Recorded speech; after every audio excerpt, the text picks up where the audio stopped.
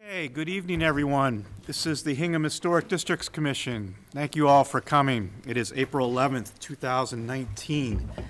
We have a very full agenda tonight. We have one continuation and 7 new applications. So try to keep things moving as quickly as we can, but continue to do our regular diligence that we do with these applications. So first piece of business will be, let's just check to see if anybody's got any conflicts or need to recuse himself for any of the applications on tonight's docket. What's that? Good, good, good. Okay, all right, great. Okay, and let's just, let's go over the voting members because we have, you know, Mike Collard is absent tonight. He's traveling, correct? And so we have 3 regular voting members here, Ronnie, myself, and Virginia. And just to keep things in continuation mode from last time, on the first application on 38 Middle, Justin, you want to continue to be the fourth voting member there, and then Ben, can you be the 5th on that? Sure. Okay, so we'll just keep things consistent with how we had them. And then on the next 2, what I thought we could do is for the bathing beach and for 191 North, Ben and Justin, could you be the 4th and 5th on those 2? Yes. Okay. Yes. And then on the next 3, so that'll be 23 School Street, 392 Main, and 166 North. Thomas and Justin, could you be the 4th and 5th on those? Yep. Okay, excellent. And then on the last 2, 272 North Street and 171 Main, if Ben and Thomas could be the 4th and 5th on those, that would be a big help. Does that sound okay? Sure. All right. Okay, all right. Any other business that we need to conduct before we get going? Okay, and we'll leave the minutes to the last part. Okay, let's start it off with 38 Middle. How you doing? Good to see you guys again. Thanks for coming in. All right. Thanks for having us out and being there last Saturday. Really appreciate it. It was helpful for us to get a view of the property and see what the demolition and construction will look like and laying that out for us. Thank you. Thank you. Do you want to talk about the changes that you proposed at the site visit, just so everybody's clear? Yes. And any other thoughts that you may have had since then, or if any at all? Happy to run through what we have here. So for the record, Aaron Paulhemus Sabre de Silva, Architects Builders, here with Stephen Glasheen, project manager for the project. So we're here regarding 38 Middle Street with a continuance from the last hearing. See if we can get the slide thing to work. Does everybody have the handout from the site visit? Is it next on that? Well, there's nothing on the screen. Okay.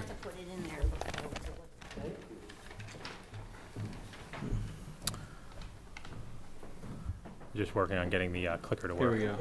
Got Oh, you know what? You have to slide. There we go. Now we're good. Perfect. it. This is the site plan first there. So just a refresher for everyone's benefit. So this is the existing structure. There's a small addition off the rear of the structure, and then the garage here off to the side, which is shown here. This was the previous scheme. So in the last hearing, we were asked to look at a number of potential alterations to the structure, which resulted in this change here. So again, this was the initial submission, and you all asked us, or a number of you asked us to look at ways to really bring the scale down, which again, between the two, we feel was very successful. The changes which were made, these are all changes that were brought up in the last hearing, main roof pitch potentially to change, to increase. We ended up looking closely at that with our architectural team and came back with a pitch that actually mirrors the main house, the historic section of the house. So as you can see here, this pitch follows that same pitch that's on the historic portion of the house. And then the soffits were lowered. That was a suggestion made, really helped to bring the scale of this roof down. You can see that here. Those were lowered on each side, of course. And then north and south dormers were reduced in width as well. That was another suggestion. So you can see here the width of the dormers was reduced. They pulled in on either side. And then one of the other suggestions that came up was possibly changing the scale of the window to help the scale of the structure. We felt was another good recommendation. That's been picked up.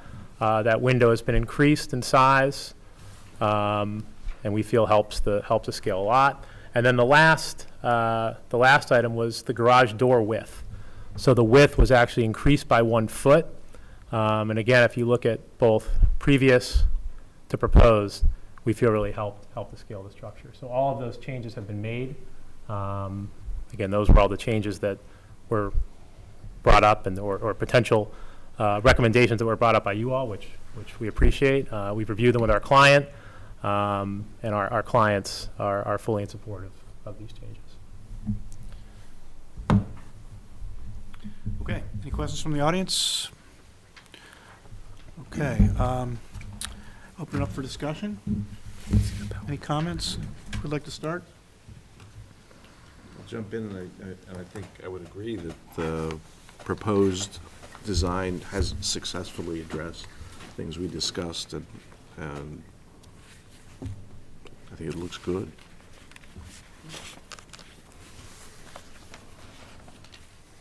Yeah, I appreciate the thoughtfulness and efforts that went into revising the design. However, the bottom line for me is that the dormers disturb the aesthetic of the garage in a way that I can't support given the design of the garage. Virginia, so would you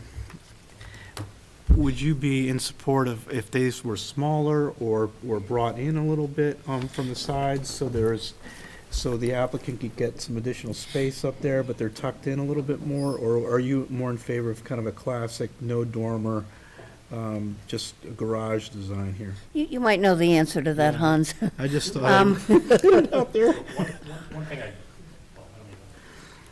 is it okay to No, show go some other ahead, stuff? please, go ahead. That I just asked that be considered. We did spend a fair amount of time reviewing both this structure and the neighborhood. We feel it's very important to take the neighborhood into consideration. Agreed.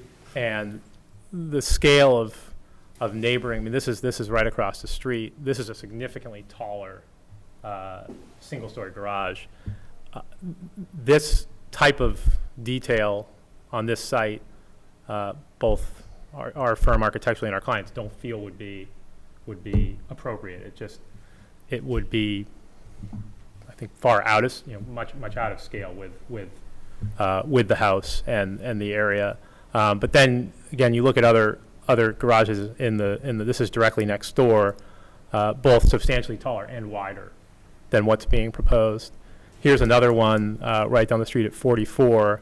This dormer's facing the garage, both substantially taller. In this case, actually taller than the existing structure. Which one thing I just note is the garage that's being proposed is 21 feet 9 inches to the ridge. The structure is 34 feet tall, so substantially lower in height when compared to the structure. And again, kind of goes on, 54 Middle Street, substantially taller. Yeah, and I think 49, Virginia, so- just to and please don't let me say something I shouldn't be saying in terms of how your view is, but I think Virginia's looking at the outbuildings and, specifically the barns and the garages in the neighborhood, and I think that's what you might be comparing it to rather than the homes themselves. Is that? Yeah, Is that fair? that's fair, Hans. You know, for me, it's an immutable tension between form and function. And I understand the direction of function, but I think that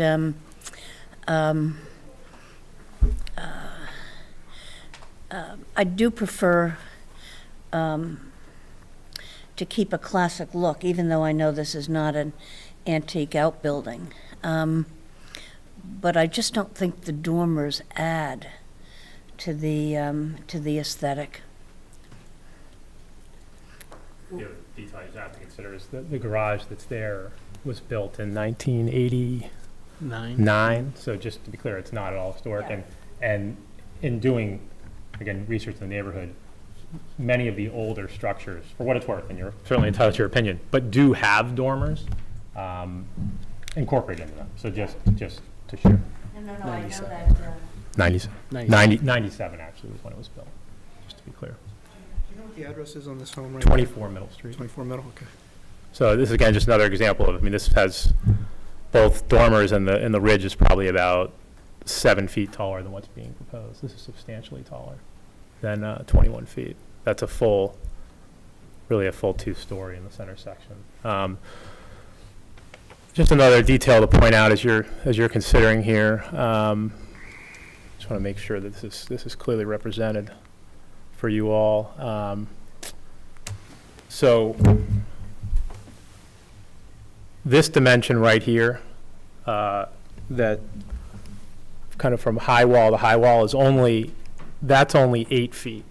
So without dormers, the structure is essentially, close to useless on the second floor. So I just want to make clear that these dormers do provide a significant function. I mean, they're essentially rendering the structure useful. And at a 21-foot ridge height, even the way it's designed currently, to have decent headroom, basically you only have it to about here. I mean, there's only that 8 feet. So just to make sure that's clear. It is a much smaller structure than some of the other structures that we just reviewed that don't have dormers. I'll leave it to that. Can I ask a question? So I wasn't there, and I apologize for that, but on the notes, it says that the north and south dormer was reduced in width by a foot? Correct. So both ends pulled in. That's what it meant. So that, that leaves this, this roof is pulled in a foot from where it existed, which was one of the requests that was made in the last hearing. One other item, just to point out as we're looking at numbers. The garage, the structure is, as you look at those neighborhood photos, it is 120 feet from the street. So it's actually 120 feet from the street edge, which is important to recognize when you're considering how the structure actually appears, which for those of you who made the site visit, I would expect would appreciate its setback rather significantly. I thought it was very helpful to go on site and to actually see the property, and to appreciate the constraints within which you're operating, that really there's not much room to expand the garage to still get the utility that you need, to be able to push it to the side. You have, I think it was the septic system was close The in. septic's right behind it, and then the lot line is. Right. is correct. So there really was a very limited space in which you could work. Ordinarily, we do frown on, try to avoid dormers, particularly 2 dormers on one structure. But in looking at the constraints within which you're operating there, I think that even if you had 1 dormer, I think it would be limited utility in your second floor. So you'd be supportive, Ryan? I would. Okay. Justin, you'd be supportive? I'm supportive of it. Thomas, any other, No, not at all. I was just, yeah, no, and I would be in support of this as well. okay, Ben, you can- I don't have any objections. okay. Let me just read, I know Mike's not here, but I just want to read what, he sent an email out, so I'll just get that into the record, since he's not here tonight. Andrea, because I can't be at the meeting on Thursday, I wanted to express my support for the 38 Middle Street garage demolition and reconstruction. The scheme presented as preferred by the client in lieu of the alternate that lowers the dormers, I feel is the most appropriate. So, he'd be in support of it too. Mike Collard, thanks, Mike Collard. Okay, I'm a little bit torn on this myself. I hear what Virginia is saying. I also hear what some of the others are saying in support of it. Ronnie's saying specifically that I think she worded pretty eloquently. Ordinarily, we do see two-car garages when, for new construction. And, this is a pretty narrow lot, so I think that, getting some extra space in the second floor is practical. I think that 24 Middle Street, this commission has approved 2 dormers on a garage before up the street, although they are tucked in a little bit more than this one, so a little bit less visible setback. So I think there's a little bit of a precedent there. And also, I think just given the 120 feet back from the street, I think is, it's, although I would be more supportive of something that's has more of a classical design to it with just a roof without cutting into it. I think that that helps the situation too. So, it would be my preference to have something more of a classical design, but I think, I think to have a little bit of flexibility here with this is probably the most appropriate, given, a little bit of precedent here up the street and given the constraints of the lot. Let me just go through, since this is new construction, just to make sure that we have everything covered and there are no other questions in this, and keeping things moving along. For the site, does a new building reflect the site factors that are common on the street in terms of setbacks, orientation to the street, spacing, distance from adjacent buildings, and visible from a public way? Yes. Yes. Okay.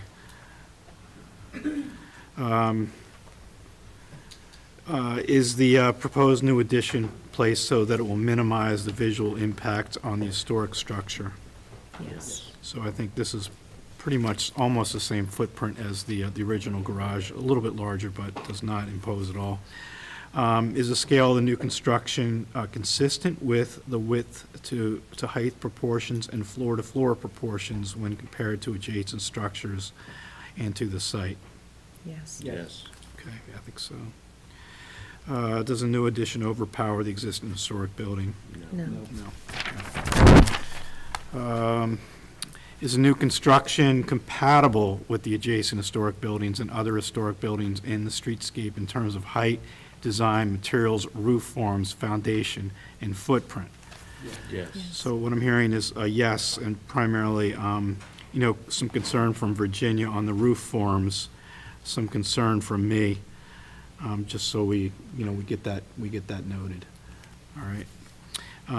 Is a new addition over 50% larger in square feet than the existing historic building? No. No. Okay. Is the height of the new construction compatible with the adjacent historic buildings and other historic buildings in the streetscape? Yes. Yes, it is. Is the height of the new addition subservient to that of the existing building? Yes. Yes, it is. Is there a harmonious relation of each part and facade of the building to that of the whole? To the whole? Yes. Okay. Does new construction reflect the rhythm of the surrounding buildings in a manner that contributes to the special character of the district? Yes. Is the design of the new construction architecturally compatible with the surrounding buildings that contribute to the overall character of the historic district? Yes. Okay. And maybe a little bit of question on the roof forms? Get that in there? Okay. If new We had some new construction on to the rear of the building previously, but I don't believe that's visible from a public way. Are the materials proposed for the new construction compatible with the historic materials and finishes found in the surrounding buildings? Yes. Or the existing building, and if an addition, so that contributes to the special character of the historic district? Yes. Any more questions regarding materials that they plan on doing this with? It's all wood. It's all wood. We submitted the window, updated windows, full strength.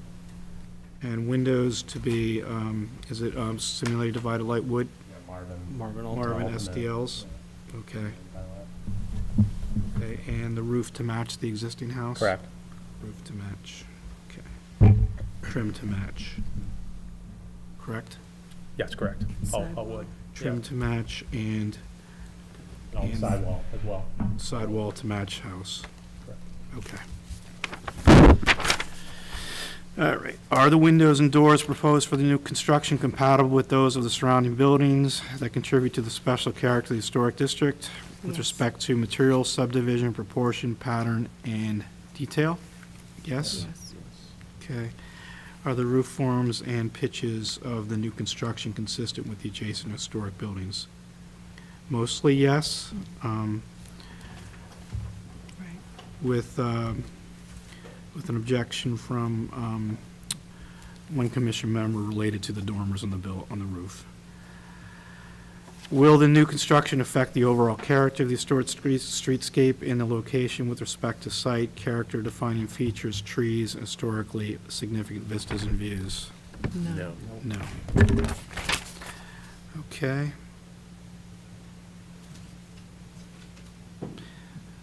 Is the new construction cited so that it's consistent with the setbacks of other buildings in the streetscape? Yes. Yes.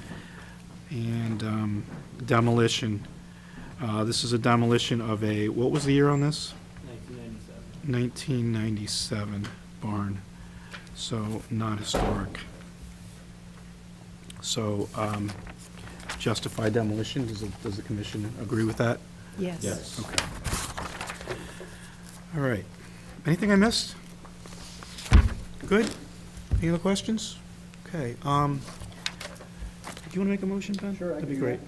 that. I'd like to make a motion for a certificate of appropriateness for 38 Middle Street. Plans, revised date, April 4th, 2019. Sheet A-4.01 and A-5.0. Let's see, windows to be Marvin wood ultimate simulated divided light, siding to be wood shingle, all trim details wood, overhead garage door to be reused. And then we also have demolition of the existing garage. So, certificate of appropriateness includes demolition of existing 1997 garage and its foundation.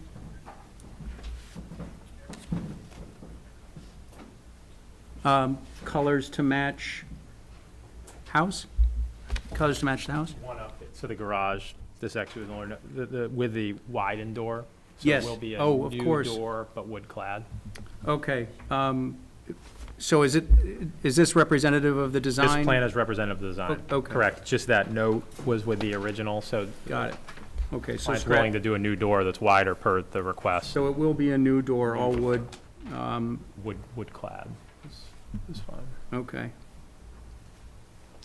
And I think the application also wants to demolish an existing porch, the existing new construction chimney Well, was on the that, back of the house. Did we? was that That was on the granted? original no, that was on the original application. Oh, okay.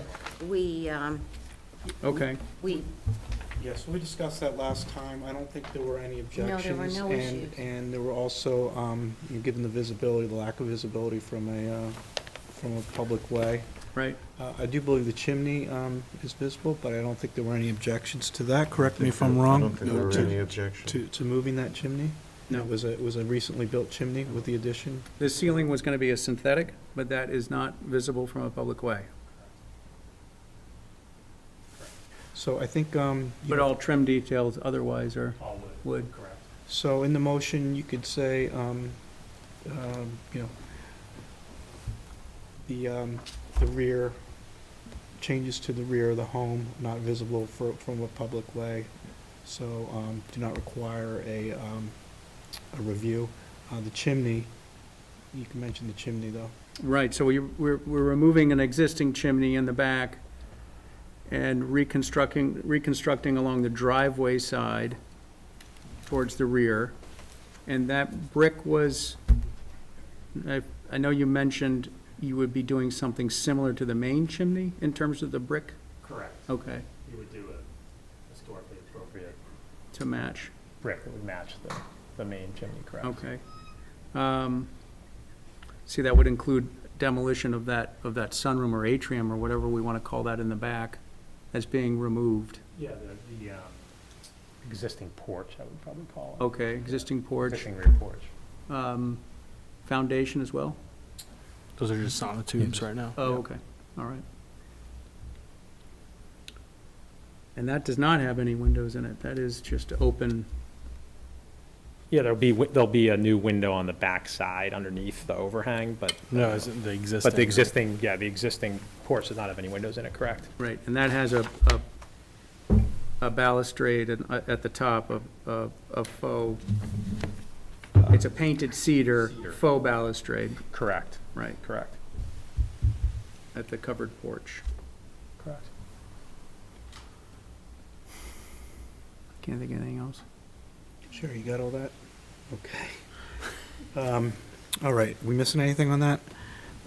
Anybody want to second that? Second. Okay, all in favor? Aye. Oppose? Nay? Okay, you got it. Thank you. Thanks a lot for coming in again. Thanks for having us out. Thank you. Thanks. Okay, next up, we have the Town of Hingham's in, and we have the Bathing Beach Trustees for some work on the Hingham Inner Harbor for the construction of 3 new signs, historic signs, along the harbor. And I think Bill Reardon's here to discuss.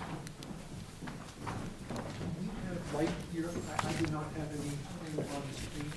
This will be the only graphic other than the materials that you already have. And if we can kill that.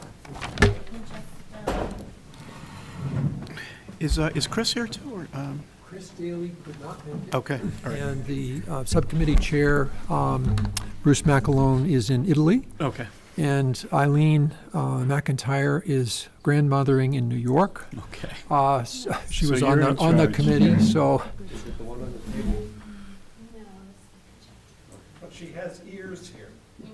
Gotcha, Her husband is present. excellent, thank you.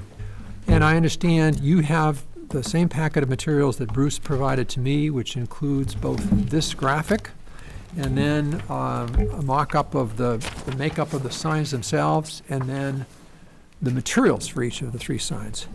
So what I would like to do this evening, thank you, Mr. Chairman, for accepting thanks. me as Thanks for coming in. and I am representing, obviously, both committees. The Bathing Beach Trustees and the Harbor Development Committee work very much hand in hand. Good. And have from the outset. And this project is a joint project of both committees. Chris Daly is the representative from the Bathing Beach Trustees, conflict this evening. I had appointed Bruce McAloney to be our representative to the committee, and they've done some really interesting stuff here. So what I wanted to do is give you a little bit of context here, if that's okay, just as backdrop. That product is the 2007 master plan for Hingham Harbor, which was done by Mark Mazzarelli and Associates. It desperately needs to be updated. It is vastly outdated. We tried to get some CPC money in this town meeting upcoming to do that. CPC had a lot on their plate, and they elected to defer it perhaps for a year, but it is needed. The master plan always had as an absolutely central feature a harbor walk along the edge of the harbor, similar to the Boston Harbor Walk. I'm sure many of you know it. And it is happening. It is happening in stages. The first stage was the bathing beach itself. Let's see, is this pointer still here? And to get color, Oh, use the one on Foster. that guy, okay, thank you. And where do I? So the first section of the harbor walk went in here, right along the front edge of the parking lot of the bathing beach. That was in 2016. The second piece went in last spring, up here in what's referred to as the Grove. And the third piece is going in right now. Literally, if you go down to the harbor, you'll see that this section along between the bathing beach parking lot and the parking lot for the boat ramp is under construction. Granite blocks along the edge, which will help with sea level rise and a place to sit as you watch the kiddos, in the sand. And then a continuation of an 8-foot wide brick walkway. So, the notion again has been get more people to the harbor, get them appreciating what the harbor is. That will continue. You probably are aware that we have projects ongoing both to replace the boat ramp with the state, and we will try to do the walkway there. We have projects ongoing last year, and for many years, for the harbor wharves, both Town Pier right there, the POW MIA pier itself, and then finally Barnes Wharf, which is the home of the Hingham Maritime Center. As we rebuild and raise the levels of the walls, and we've been before you for that before, the notion, of course, is that we would continue the harbor walk. The notion here is that there should be signage interpretive signage, talking about the history of the harbor. We've wanted to do that. We tried with CPC, and it was perhaps a little early. Now that the walkway is really beginning to happen, it seemed to make sense. We went to the Greenbush Trust last year and got a grant for a little over $5,000 to begin this issue of developing an approach to signage and then having the first examples of the signs. So that subcommittee came into being last summer and was ably chaired by Bruce McAloney, who's done a great job. He's taken a lot of enthusiasm here. He's been joined by Chris Daly from the Bathing Beach Trustees. Eileen McIntyre, whom some of you will know from town, has just been a whirling dervish in terms of historical stuff with the Historical Society.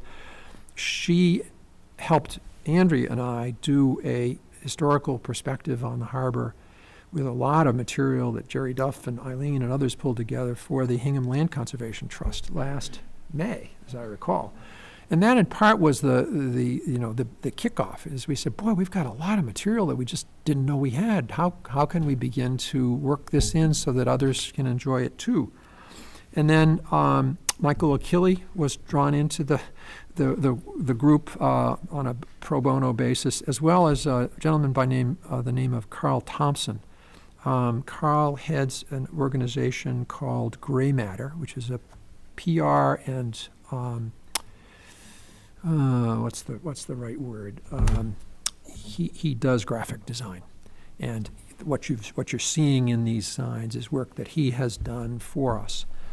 So they started in the fall, and the issue was, well, look, this is the first time we've really thought about this. We have very few signs in the harbor, if you think about it.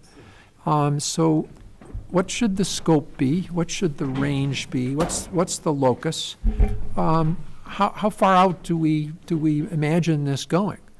And they somewhat arbitrarily said, well, we've got a 400th anniversary coming up in 2035, if I've got it right. And by that time, we would like to have a fulsome body of historical signage as the Boston Harbor Walk has, to let you know well, here's where you are now, here's what it looked like back then, here's what the history of the harbor, over time. So that was the logic. The locus was all the way from really the lobster pound along the whole harbor. It seems to go on and off. But anyway, all the way over ultimately to Steamboat Wharf, or certainly to Barnes Wharf, where the Hingham Maritime Center will be. The thought was to develop, or be thinking in terms of maybe 10 to 15 signs. And I attended several of these meetings, so I have a flavor for it. They worked up some of the themes that you'd want to, emphasize. Shipping. People don't know that there was a shipyard at the bottom of Ship Street. There was a shipyard in Bear Cove when we didn't have the highway cutting us off from Bear Cove. Fishing, using those fishing sloops, those ships that were often built in Hingham. We know about the buckets. We know about a timber business on Whitney Wharf. We know about later a coal business, and there was an iron foundry where the MIA, PW MIA memorial is right here. Later, a Ford dealership, but in early times. So the point is, there's lots of different themes. The steamships. We have I live on Steamboat Lane. We have 3 former steamboat wharves here, and another one down at the end of Steamboat Lane. To begin to get that flavor. So to kick this off, Bruce McAloney, to his credit, marched into downtown Boston and wandered all over the Boston Harbor walkway and talked to owners along the way, talked to the park department, learned about their process, the rigor of their process in terms of what was included in the signs, being transparent with those in the neighborhood so that they would understand, and just a discipline in terms of going through all of that, which he wanted to implement in this case as well. So he started off with all of that, looking at materials, looking at standards, and thinking about the transparency issues. They then developed these themes, and for this round, went through a priority setting session, sort of saying, well, what would we like to accomplish with this first round? Well, we'd like to have we've got some Harbor Walk already built. We've got some things that have happened. Whitney Wharf has been redone. We have the bridge across to Whitney Wharf. We'd like to have, if we only have money for about 3 signs at this point. Not that will stop us from asking the Greenbush Trust again, but the thought was to have the first 3, be in all of those sites. We used the Historical Society, Jerry, Michael Killey, to kind of work up this material, and that's reflected in both the text that you see in each of your materials, and then got this wonderful fellow, Carl Thompson, to come. He's just amazing. He for his color content, he said, well, look, I'm going to go down to the harbor and I'm just going to take pictures. And then he had this way of pulling out, well, what are the colors that are on the harbor? And those are what you're seeing in these designs. He's tried to be very aware of the environment and the surroundings. They then went and obtained quotes for both the construction, did a lot of work in terms of how are these going to hold up. You may know that some of the signs at the old shipyards are beginning to go a little bit. We were very conscious of that and wanted to make sure that what's done here will have long-lasting effect, both in terms of the construction of the sign, but also just of color, that it doesn't begin to fade out. What's your estimate of that in terms of longevity? I don't have a good sense of that. I'm sorry. If Bruce were here, I'm sure he would be able to answer that question. So as you'll see, the 3 sites that are suggested for these first 3 are, one is here up in the Grove. I think that's listed as 1A. I've got to do a little reconstructing here myself. 1A, as I recall, is the lumber trade. Fishing. Oh, is it fishing? Fishing is there, and then the lumber trade is the second one, which is going to be down on Whitney Wharf itself. And the third, which is the steamboat history, will be actually on the site where the POW MIA memorial is here. And the notion is that these would be aiming toward the scene that you're seeing in front of you. We know later there will be opportunities, for example, at the bottom of Ship Street to show what is now the bandstand parcel when it was water. I mean, because Ship Street, the harbor was right at the bottom of Ship Street. So again, looking ahead, thinking to not just these three, but where we want to go with all of these. That was the thrust. So we've got 6 dots on this map. Yes? Is the current plan for 6 down at the harbor now? You mentioned like 10 or 12 earlier. Is 6 All told, perhaps these are perhaps well, certainly the 3 that we're asking for now, the 3 that if we were to get a similar amount from Greenbush Trust for next year, we would be able to do as round 2. We're also, you're aware of all the effort to link North Street to the harbor, the work that's going on in the 3A transportation corridor to have better crossing in front of Stars, in front of Tosca. Some of this signage we want to aim kind of beyond the harbor, but aim down North Street. So you'll turn and be able to look at what North Street looked like when back in the day. So I hope that's responsive to your question. Yep. Thank you. So that's the genesis. That's the context. I'm thrilled that the committee that Alan Peralta, as chairman of the Bathing Beach Trustees, and I, put together, went at this with such a will, and have come up with, I think, some really wonderful designs and a product that will hold up for. I don't have the answer, Hans, in terms of how long, but the notion is these materials it's going to be embedded in concrete. It's stainless, I think, is the material, and then these are made, and the color is in a very lasting setting. So great. So my request to you is for a certificate of appropriateness to begin this process, knowing that this is a start, and we hope to have more. We won't bury the harbor in signage. I don't think that's the problem. But we have a lot of history to share. And I think, given what the Historical Society is doing, there's just a lot of interface here that will be a great addition to the town's historical body. I don't know if I was you mentioned the link. I didn't. Thank you very much. You may know, if you've been over to the Foss Memorial in the Transportation Building, that you can hold your phone up and be tied into the voice of Seaman Foss at one point. We thought about using that same technology. I've forgotten what that's called, where it's like what you use when you go get on a plane. But we've found out that, in fact, technology has kind of moved on, and that that's not really kind of where things are at. Instead, in a small area of each of the signs, there will be a reference to say for more than the text that is here. And I think they've done a good job of balancing. When you have the sign, we had mock-ups that were big enough so you could really read it, and even my aging eyes. But there will also be a thing that says, for more on this topic, tied to the Historical Commission's website. And So you don't obsolete it. No, absolutely. And I've forgotten who is it Kate who's going to be? Yes, our IT department will be Keeping working that this fresh. out and keeping it fresh. Nice.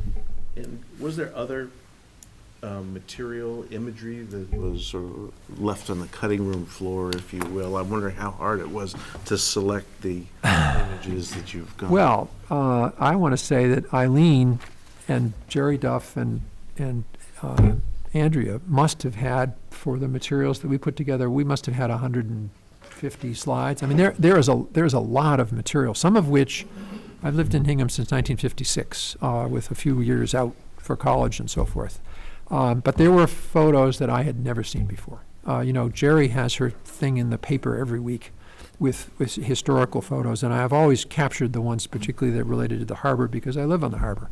But there's one of a steamship pulling away from the wharf, which I had never seen. You knew what they looked like. You saw mock-ups, but that was exciting.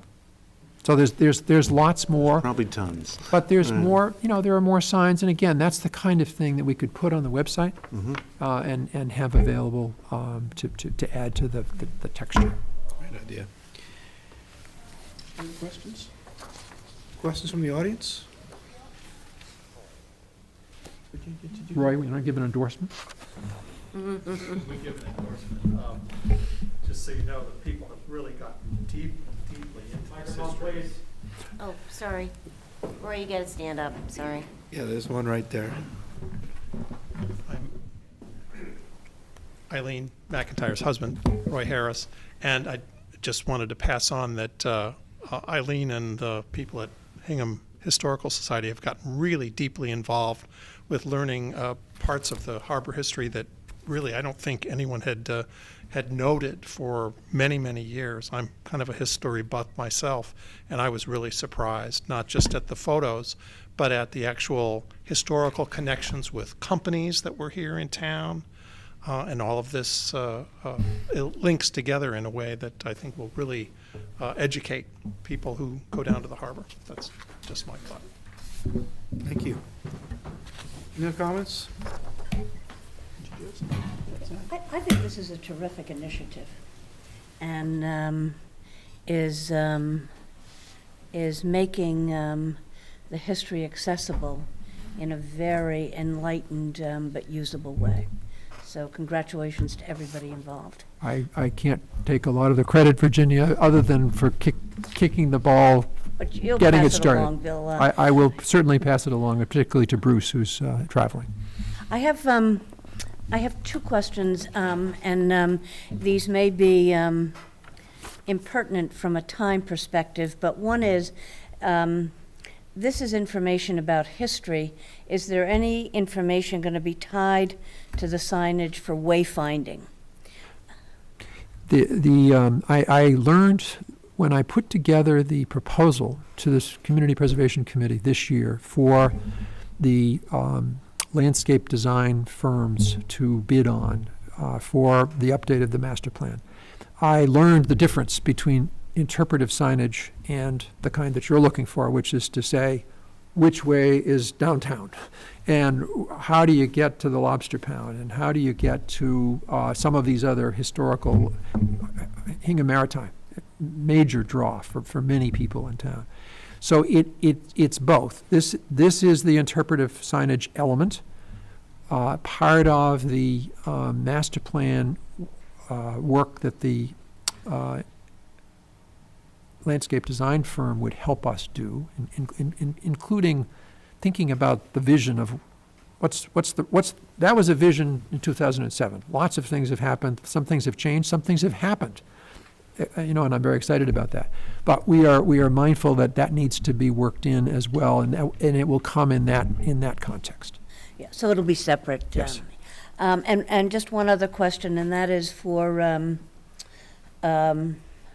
people with challenges, let's say sighted challenge, and is there going to be any potential to have these signs be available for, let's say, people with sight challenges or blindness to It's an interesting question, Virginia, and I don't know that I have the answer. I'm familiar with some of the kinds of things that can be available on the face of, whether it's braille that indicates, kind of interpret this is what's here, so you have a sense of that.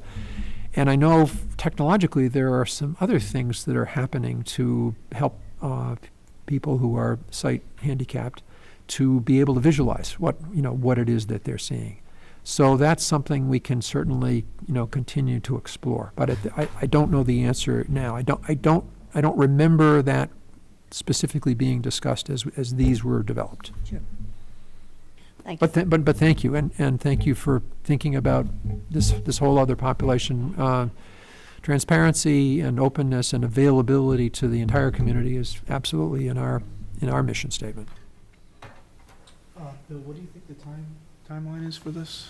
Well, I'm trying to think in terms of who else. Conservation, probably. Historical Commission. Not necessarily. Okay. I think that's this what is we'd talked, that this was the more logical.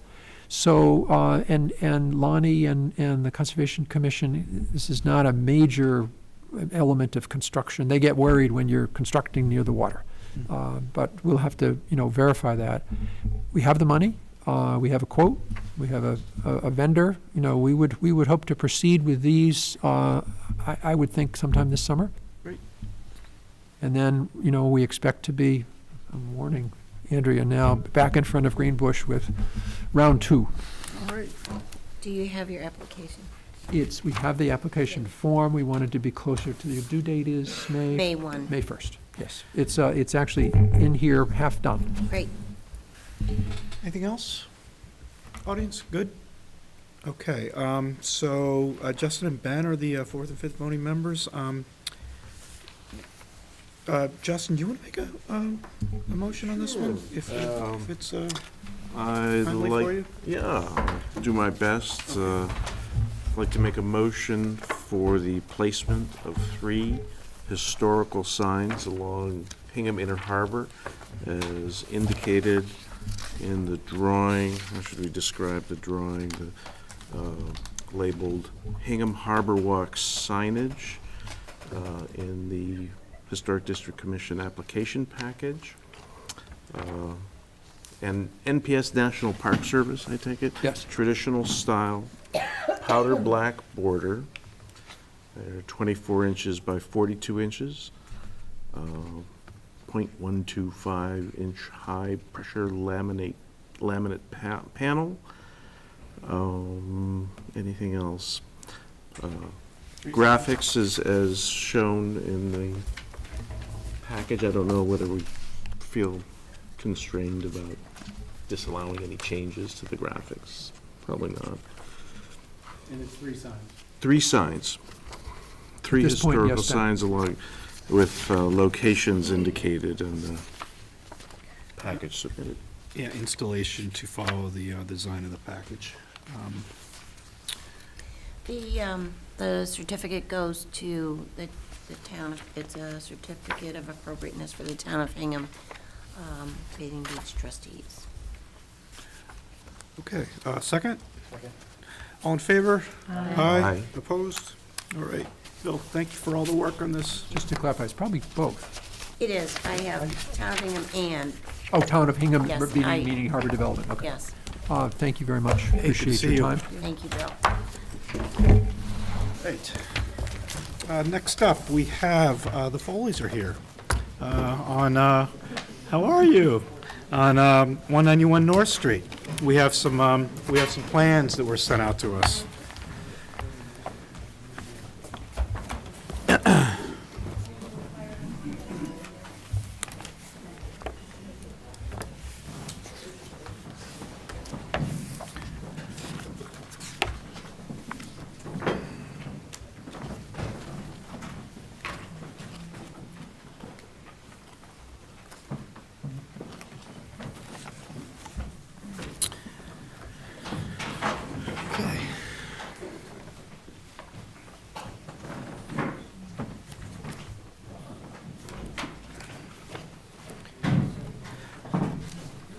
So just before we get started on this application, I'm sure the commission is familiar with 191 North Street.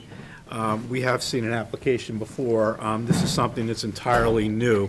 So let's refrain from, any comparison, if we can, to the old application. This is a new application, new drawings, new plan. So let's look at this with a clean slate, with not any reference, if we can, to the old one. I think that would be the most appropriate thing to do here. Oh, is this, no, this is the previous one, sorry about that. I do have, I apologize, we had sent an early copy, so there's a couple of typos in there. These graphics are a little bit better, a little bit clearer, so if you could take those back, or if you have notes, by all means keep them, but these are a little bit better. Okay. Thank you. Thank you. I'm sorry, we didn't catch your name? My name is Michael Rossino, and I'm the principal and owner of Ember Architects. Okay, thanks for coming in, Michael. Thank you all. These were, I haven't seen these plans, but these ones were very, very well thought out. Thank A lot you. of detail, so thank you for doing that.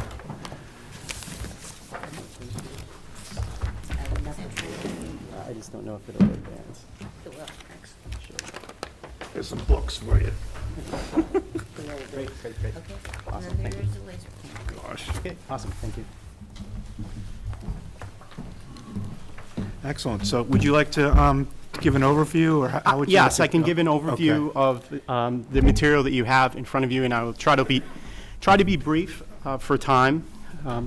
Yeah, and you can just a little bit of background. We've all been out to the site. Okay. And so we're familiar with the property. So, you know, these drawings help a lot, and are a good refresher. But we've got a lot of the visuals from, you know, a firsthand basis from being out there, and these are also great to kind of go with it and complement that. The one thing that I would like to point out from the start is that in this package, there are two things, and I understand this to be a bit unconventional. There is a preferred scheme, and there's an alternate scheme. One of them uses a shed dormer, and the other one uses a gable dormer. When presenting them to the Foleys, we went back and forth as to what the best approach would be. And we waited, just took an internal survey in my office and felt that it might be best to get your opinion on it, to see what you feel is the most appropriate for this dormer addition that we're seeking to do. Can you point out a couple of pages that might be iconic examples of the two approaches? Yes, absolutely. The presentation on, let's see, A104 starts what would be the preferred scheme, which is a simple shed dormer.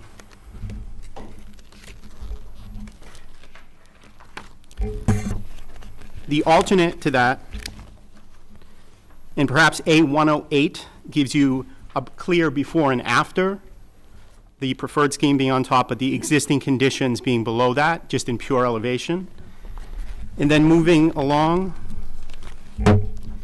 on A201, the same scenario presents itself again, except for two gable dormers, which we sometimes describe as a Nantucket-style dormer that's connected by a shed.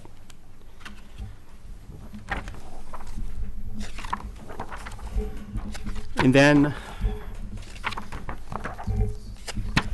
again, moving deeper into the set, A206 presents the same pure elevation before and after.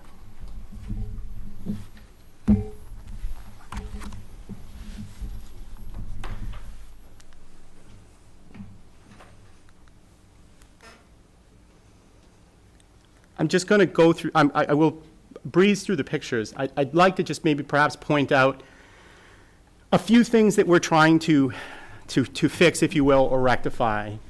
The house has a brick pier, and it has a series of, that are visible in the pictures, but it's tough with this particular house to get a long picture, so perhaps the elevations are a better way of looking at it, but what I would describe as, let me just move forward here a little bit. There's a series of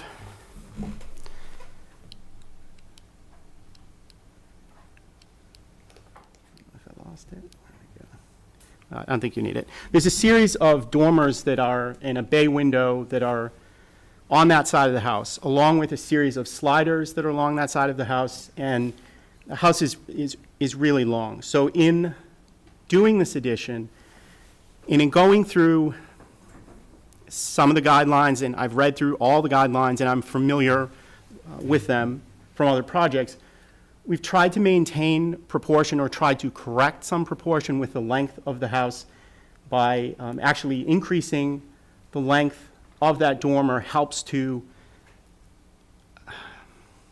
alleviate some of the length and it helps with the proportions in looking at this side. We'd also like to point out that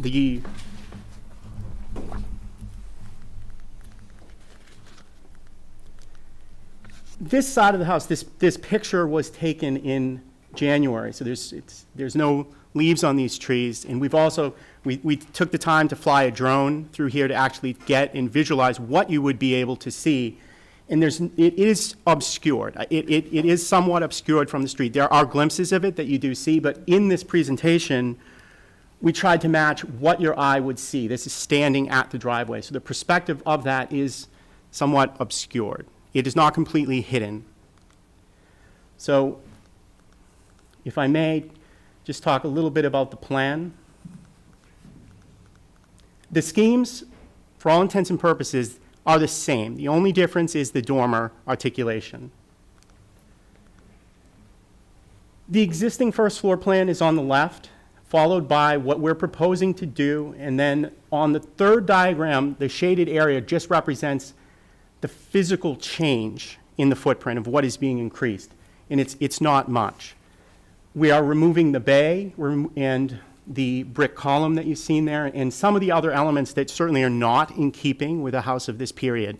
The sliding glass doors that are on that side, the bay, the brick column, and things that that evolved through time, but I would argue we're not sensitive. We're not things that are the normal vernacular, if you will, evolving through time. The second floor, these plans represent the same thing, that there is a growth of part of this project is to increase the master bedroom space, which is sort of cramped in under a dormer. This house has a lot of real estate on the first floor, but very, very little real estate on the second floor. So this is to alleviate that and to have a proper master bedroom suite. And in doing that, you'll see that there is a small area of square footage increase. And the numbers of the area are on the plan as well, and I could kind of squint my eyes and look. This is a cross-section that just shows, the main purpose of this cross-section is to show the detailing at the wood column. It is our goal to keep the same crown molding and fascia detailing that's on the house, but scale it down somewhat so that it is in proportion to the porch that we're creating. There's a covered porch area there as well that we're creating that's visible throughout. The house is also lacking a side entry. The driveway runs along the side. It does have that brick column in the bay, but it's not very welcoming, so we're also trying to create a covered area there. It's sort of a covered porch.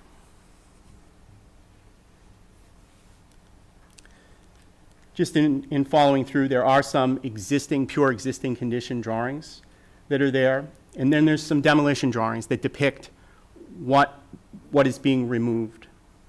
Again, there's the before and after drawings as well. The dashed lines are areas that are being demolished, and you can see the dormer pieces that are being removed. The house at some point lost its original windows that we understand to be 2/2 windows, that the goal is to put the 2/2 windows back into the house. And we're welcome, and we'd like to hear your recommendations on windows. I did specify Marvin full wood window. They call it, it is almost a true divided light for the front face, and then a simulated divided light with spacer bars for the rest of the house. The columns are a Turncraft wood column, and the door is a Wood Simpson door as well. That is in the packet toward the very back, I believe. It's actually here as well.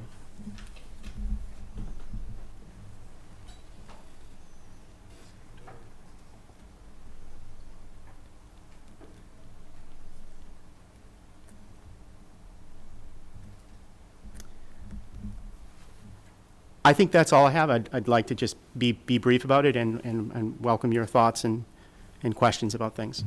Michael, thank you very much. Your thoroughness and all the work that you did here really shows. Thank you. So we really appreciate it. It makes our jobs a lot easier. And this is, I remember talking about this a while back. This was a very challenging site to start with, given, as you mentioned, how long it was. Yes, indeed. So, and then trying to, maintain the, the original structure, but making something that fits in cleanly with what's existing without as much, without the disruption. So, Right. thanks for your thoroughness. Thank you. We try really hard. We pride ourselves on being really accurate in what we do. We spent quite a bit of time physically measuring each piece of this house. We have a strong understanding of the scale and proportion and the detailing of the house. So we're confident that what you're seeing here is not so much just a picture or something that's been manipulated from a photograph. This is based on actual documentation as well. And just to add, I think providing a couple options for the commission also is extremely helpful. Thank you. That's So, helpful to hear. Who would like to start off? Please start. Yeah, please, Ben, thank you. I'd just like to echo the chairman's. This is a tremendous amount of detail. Thank you. It's very helpful. If you could answer a couple of questions, you would, Certainly. in the front elevation of the gable, up in the third floor, I'm assuming that's being, I apologize, I did miss that. Thank you for pointing it out. that one's for egress? Correct, yes. That was presented previous, which I was not a part of. There are two very narrow windows at the front, third floor in the upper gable that we would be proposing to fit a window that is in proportion with the other windows. I believe the commission approved that. We did. Okay, all right. Then you mentioned the windows in the front are not original to the house. Could you describe the construction of the windows that are there now? Like, for instance, the jam tracks, or give us some more detail of what's there now? You know, I don't know that I don't want to misrepresent that I know exactly the cross-section of that window. It is a window it's a replacement window with a storm panel, I believe, on it. So I don't know if it's a triple track, or if that's what you're getting at, or exactly what it is. Okay.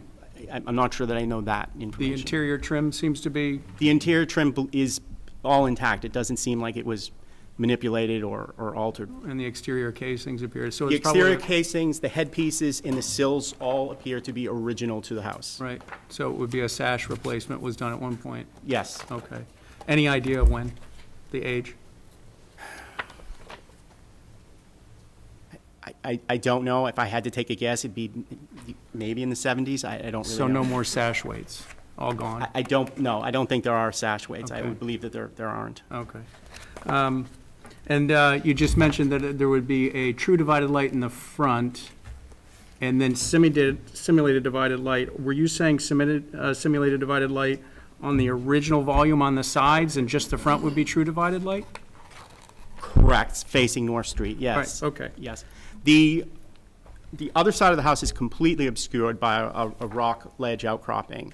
And from the photographs, the side that we're looking at in here on the southwest elevation is somewhat obscured, certainly toward the back. Okay. So you have different options here for the dormers. Just to be clear, the preferred is not the Nantucket version? Correct. Okay. Yes. I have no other questions. Let me just ask Andrea a quick question. So Andrea, given that this is a new application, should we just start with the windows and what's being proposed here versus what is existing, versus what we already approved? Oh, yes, So- brand new, Is this a new application? yes. So We'll it's- start from the so- beginning. So, Ben, your questions on the windows, are you clear on what's new and what's being replaced? And I guess I would like a little bit of clarification just to follow up on. My cue was on A501, where the applicants, I think, have done a great job. 501, 502. Yep. You can see some dashed lines around the windows. Those are what they're recommending to be replaced. And correct me if I'm wrong, the south elevation, you're proposing true divided light, all other elevations simulated divided light. This is correct. Okay. It's my understanding that that would be the likely recommendation, since it is facing North Street, is the front-facing piece.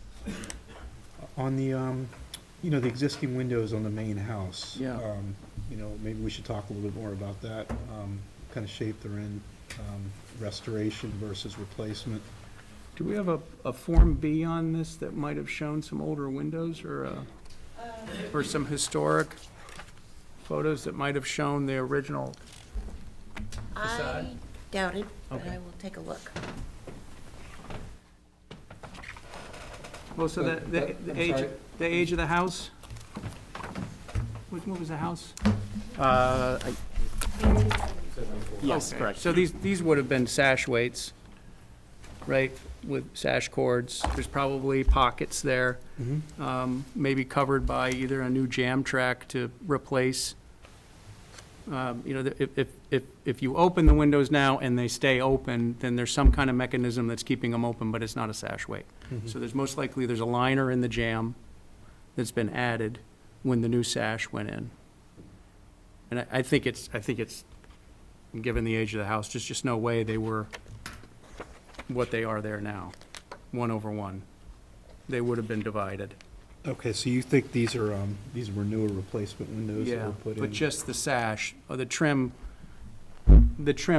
appears to be original. I'd have to do a site visit to double check, but, Okay, judging from the A102, you look at how thick that windowsill is,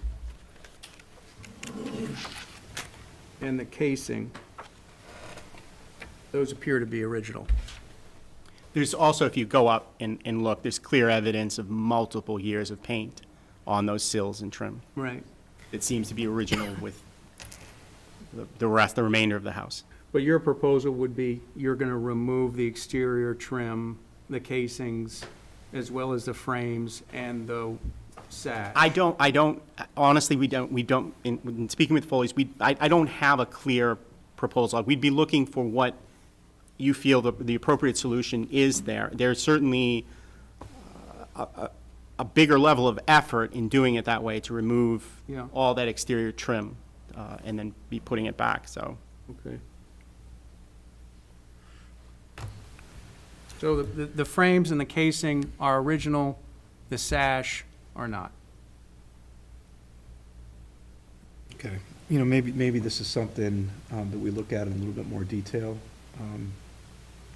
My major question is on windows versus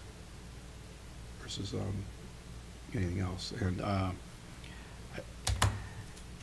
maybe it makes sense just to look at the windows to make sure. Okay. I do believe the front facade window, swapping that out, I think that makes a lot of sense. That's very compatible with what's there existing, and that can be a new window. Right. The board is, the board is in favor of restoration, on windows. Yes. When there's a situation where these are newer replacement windows, if they're clad, that sort of thing, inoperable, and they're newer, I think we've expressed that, that's a situation where they could be replaced. But we're trying to preserve, if these are 100-year-old windows with old glass, we'd like to, maintain those if we could. Sure. And I understand that. I think that if you did make a visit, I believe you'd find that they are not. Okay, all right. Mr. Chairman, I do have the information. Some information. It's,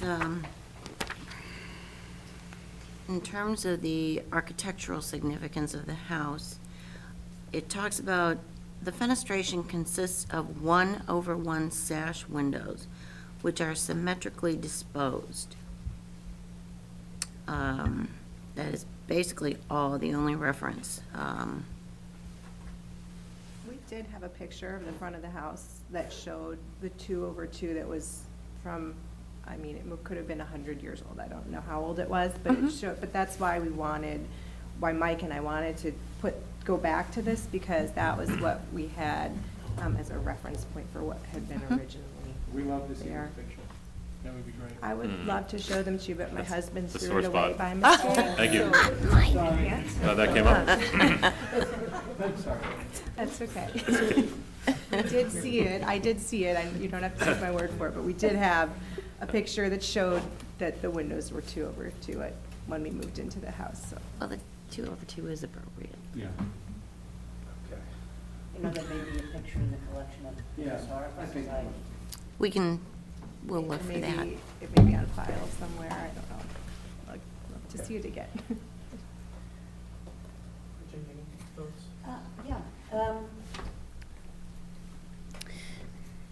In the proposal, the rhythm of the house is phenomenally improved in terms of the flow and the design you've offered. I think the choppiness is much reduced and is very appealing. I also think the proposed fenestration is more in keeping with the massing of the house than the existing. I think the porch area that you're proposing really improves that section.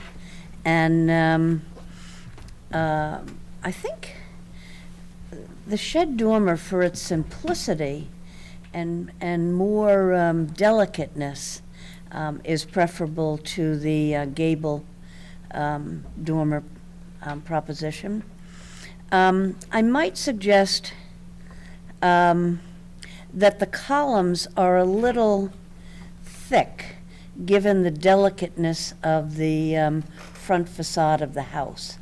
And that could be reduced in width to, I think, be more compatible and harmonious with the delicateness of the house. And,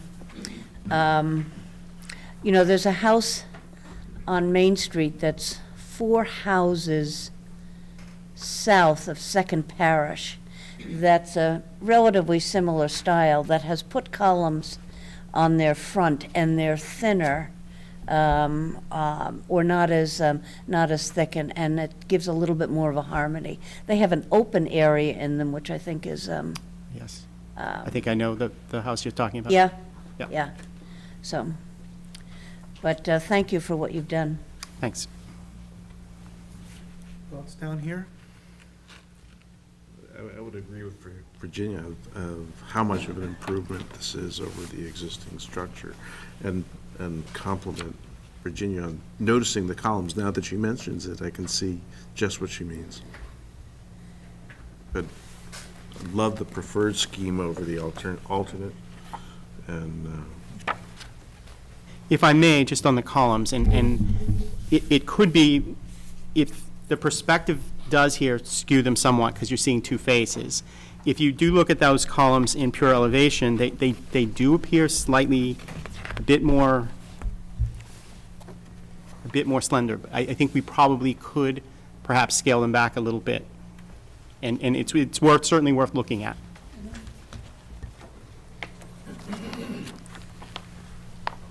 Thomas, any thoughts for? Go ahead. I think this is first of all, it's a very impressive package, so thank you so much. I love the way that it has the existing and the proposed side by side. It makes it very, very easy to look at. I do think, and I do feel that the 2/2 proposed windows would be very appropriate for the whole thing. I would also be in favor of the shed dormer versus the gable dormers. I really like the proposed over what is existing. I think it's very well balanced. And I think the shed dormer sort of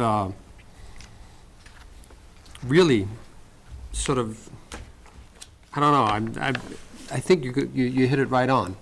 It looks really great. I do have one question. Yes.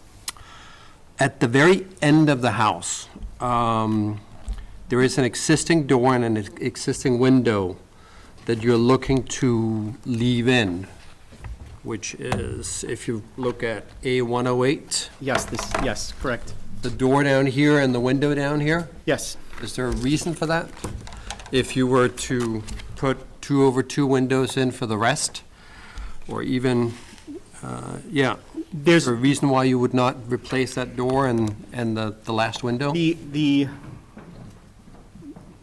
I can let the Foleys speak to that more. However, there was a more recent addition. This house continues on even past where that white section is, which is a newer addition that was approved at some point in time. Yep. And that was our defining point of leaving that alone. So that window and that door matches what is in the new addition? Correct, yes. That was Okay. the end of, I guess, the old screened-in porch.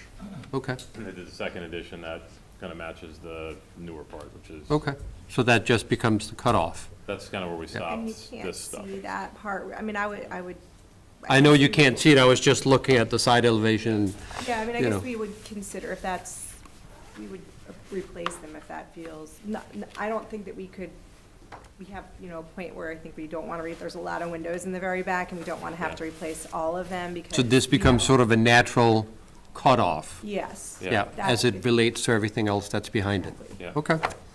If I may too, the detailing at that end is different too. It's simpler, it's not as ornate, and it's more in keeping with that as a whole piece.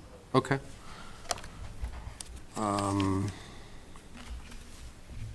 Yeah, so that would be the same question that I have, because that window is both on the west elevation and also on the new east elevation. Correct? Correct, yes. Yeah, okay. But that makes total sense then. That would be my only thing. Otherwise, I have nothing else. I would concur with what everyone says. The design is really elegant. It's congruous with the rest of the home. It's really beautifully done.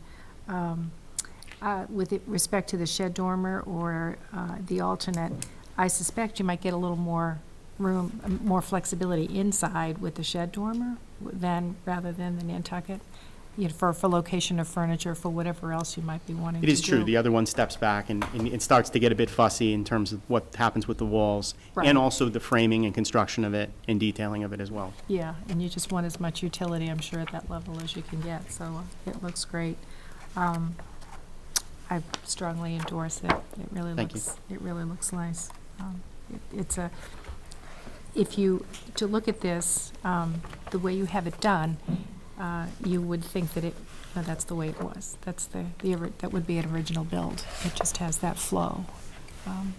So it's very supportive. That was certainly our goal, and that's certainly, obviously, I think that it's kind of cliche, that's certainly everybody's goal, but Right. I'm happy to You hear that achieved it. we achieved it, thank you. So I'm hearing, listening to the comments, that I think the commission feels that the 2/2 is appropriate for this house, okay? Even though we've got a 1-on-1, and, we're not quite sure on the age, but, Ben's comments that these were usually newer replacement windows that were put in at some point, probably not that old. Is that a fair statement? I would say it's accurate that the sash was replaced, and the sash cords were cut, and the weights dropped into the pocket. Okay. And there may be jam tracks there, aluminum or plastic, that are keeping the sash up. Okay.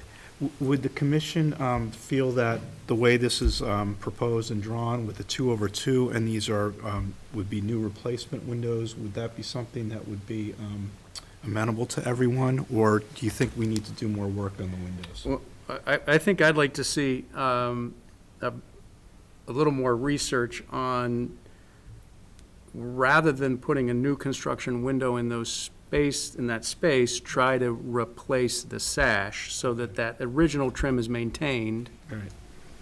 That would be the direction I would go first. Keeping the 1/1 if you can. No, a new sash 2/2. Okay. But leaving the casing alone and the frame alone. Okay. All right. And the only other comment I heard, Thomas, you're okay with the windows in the rear, to the rear, correct? Yeah, it With makes the- complete okay. sense. Okay. Yeah. All right. And then the other comment I heard was related to the columns. Michael, do you know what the width of these that you're proposing are? I believe they are 10-inch square. 10-inch square? Correct, yes, I believe they are 10. They're either 10 or 12. I could open up my computer and tell you exactly. Okay. But I believe they're either 10 or 12, and A601. A601, second to the last page is 10-inch. 10-inch? Yeah. Okay. Are these, is that that's a standard size? Would other sizes be custom, or how does that typically work with columns? I'd have to do some research on it. I believe that we could go down in 2-inch increments, so the next would probably be 8 and 6. I don't think it would be a custom, and I think we'd look at it, and I think maybe 2 inches would. But you were also suggesting that the perspective view might have. It is my feeling, Little- correct, it is my feeling that for the height of these, that I think that 10 inches is correct. However, I do also respect and understand the idea of the delicateness of it. So I'd be, if you feel it's correct, we could look at reducing them by 2 inches and studying it again. Okay. My thought is, this is, and as you pointed out, Michael, this is a very long building, and I think that the 10-inch might work there, given kind of the length that we're looking at and, the different angles and perspectives. If the commission would like to see an 8-inch column there, we certainly request that. I think maybe that they consider an 8 versus a 10. It would be helpful to see it visually. Okay. Sure. Okay.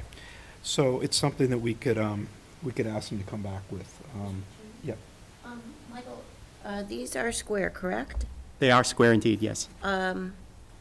Would you entertain a round column? Only because I'm thinking that may resolve the issue. Unless, The simplicity of the square column, I think, is correct for this. I think so. So I think the round might be a bit fussy and Yeah. a bit too much. Okay. So we can ask them to come back with with an 8-inch just a comparison. And I think that's okay. I mean, it's such but- a sweet house. Yeah. In terms of it'd be nice for sweet to meet sweet, the front to, Yeah. if it's not too much trouble. Well, the other thing is, Virginia, we can have a motion potentially here if the board wants to move ahead, and then we can see some additional, work on the columns for next time. But everything else, and we can leave the windows and the columns for next time, and then the rest, we could vote on the shed versus, the option number 2, and the framework of this to get them moving along, and we can come back next time with, with some of those details. And we can do that. Yeah. I don't want to rush anybody along, but I feel comfortable with that. how would you feel about that, Michael? I'm perfectly acceptable to that.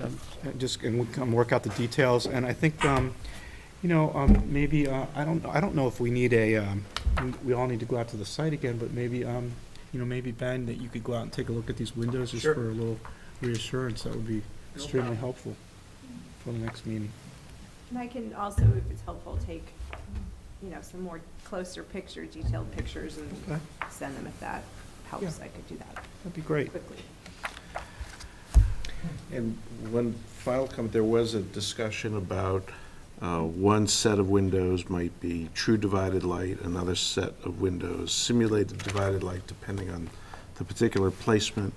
And the only excursion I might ask the commission to consider is there is this one window on the west elevation that's really right out there, very prominent towards North Street. Right on the corner there. Right on the corner. I wonder whether that west elevation window might fall into the true divided light category. Justin, what sheet are you on? I'm looking at A501, just as a, and I know we discussed the south elevation was the street-facing one, and that's where the true divided light windows might go. But there's this one window that's right really out there towards North Street. And I'm just wondering what the other commissioners think about. Maybe that's too fussy to say that On the one. existing house, Yes. no matter where it is, on new construction, we approve a simulated divided light. On new construction, On yeah. new construction. But on the existing house. On existing house, Yeah. whether it's the front facade, side facade, It's been a true divided. it's been a true divided light. Right. Okay. And on the rear, I mean, these were additions that were put on over the years, and they're newer, so I think an SDL would make sense there as a replacement. Agreed? Agree. Okay. All right, so, so maybe we do a little bit more work on the columns, we do a little bit more work on the windows for next time, and then maybe we can move forward with the motion on this? Okay. Voting members again are Justin and Ben. Ben, you want to? Sure. Okay. I'd like to make a motion for a certificate of appropriateness for 191 North Street. Plans dated April 4th, 2019. In the packet, submitted packet covering G1, G2, G3, 4, A101 to A109, A201 to A204, excuse me, 206, and A301 to 303, A401. Sorry, Sherry, you getting this? Okay, A501, 502, A601, 602.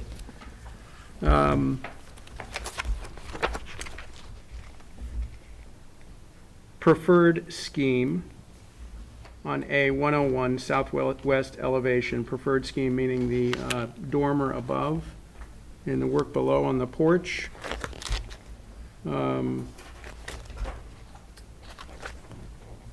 All trim to be wood, siding to match existing in exposure,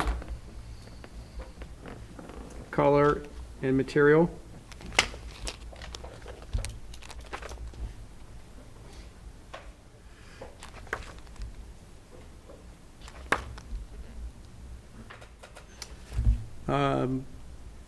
Future discussion about columns on porch and windows. We're talking about all the windows, or were we just talking about on the main volume? On the main part of the house. Okay, so On the rear additions, wood Simulated simulated divided divided light. light. Discussed would be appropriate. And just to be clear on the rear addition, so the original volume would be, see, how can I note that? There's room designation, I don't know if there's room Yeah. designation there. Although, there's existing condition drawings on A401. And the original volume goes through the living room and what would be designated as the office. Right, okay. So original volume would be dining room, office, living room, foyer, and then up on the second floor, the bedroom, master bath, walk-in closet, and study. And then there's an attic. The gable on the south. What am I missing? That's good. Think. Do we have a second? Second. Okay, all in favor? Aye. Opposed? Mr. Chairman, Yes. just to be clear, as far as what is the expectation for the column drawings? We have them at a So, 10. so I think if Michael can bring in an 8-inch column with the existing drawings, just transposed on what you already have. Certainly. And then, Yeah. and then Michael, or, excuse me, Ben will go out and take a look at some of the windows before the next meeting, so I So don't it's think really any only like additional. one. Yeah, one drawing. I don't think. Yeah, it's a computer model that we have. I can swap those out and we can do the same way that we did existing and proposed, we can do 10 and 8 for comparison. And I don't think you need any additional submissions regarding the windows. Okay. Great, Very good, thank you for that. Thanks a lot. thank you. Thanks. Thank you. Good work, you guys, thank you. All right.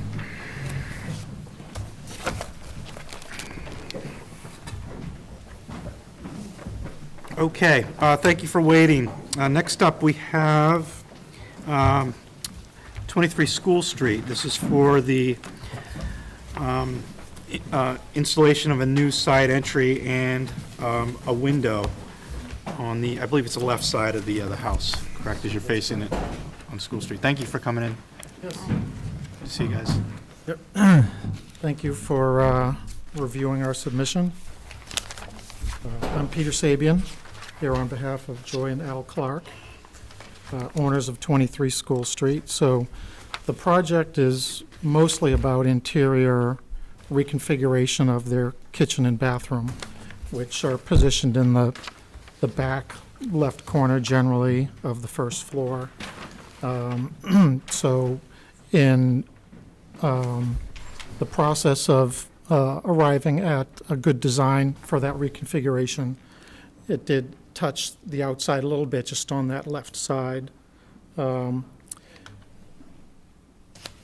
With respect to a new there's two windows in that location. There's a, I think you can see from the photograph that was submitted of the side of the house, there's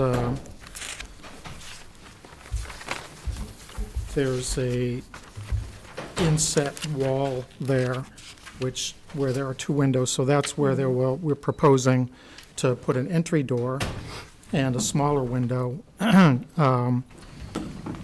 a porch in that area, which, yeah, wow. Yeah, it makes it better, doesn't it? I was about ready to get my phone with a light on it. And I think I noted in the application too that we're basically, it kind of makes sense, this part of the exterior part of the project, originally there was an entry in this area. You can kind of tell, it looks like there should have been an entry way there, which there was at some point in an earlier reconfiguration that was changed. So to some degree, at least, we're restoring that functionality of that side of the house. And you can actually see in that picture of the side view, there's a walkway leading from the back of the house up and ending generally at that spot where the sidewall protrudes into the living space, which, basically kind of indicates that there was something there at one point.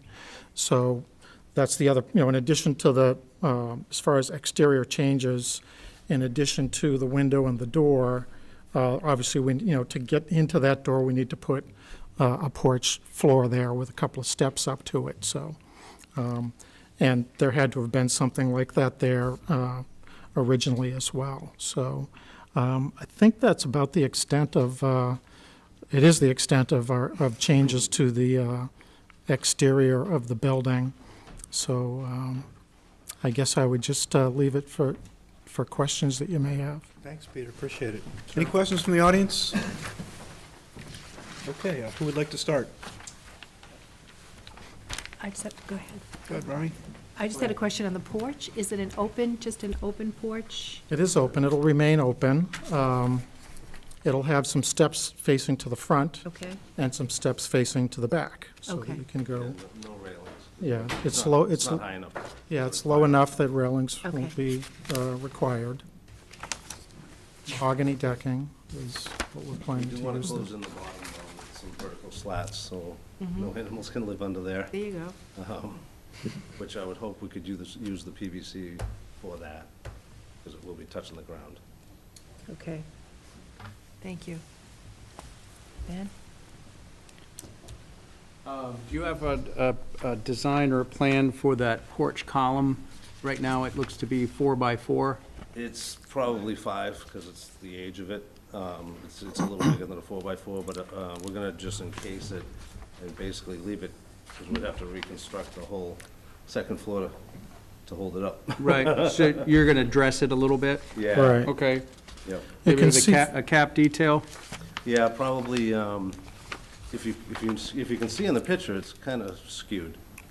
Yes, It So I'd kicks out. Yeah. level it out a little bit. Is that a piece of granite it's sitting on? It is a piece of granite. Okay, so yes. it's not very deep. No. Okay. Well, it hasn't sunk. Yeah. It's hard to say, Yeah, actually. it's gone askew a little, but not sunk. So you'll temporarily support that, probably remove that granite as well as the post while you build your deck and post back I down? wasn't planning on removing that post. No. No, I didn't really want to disturb it.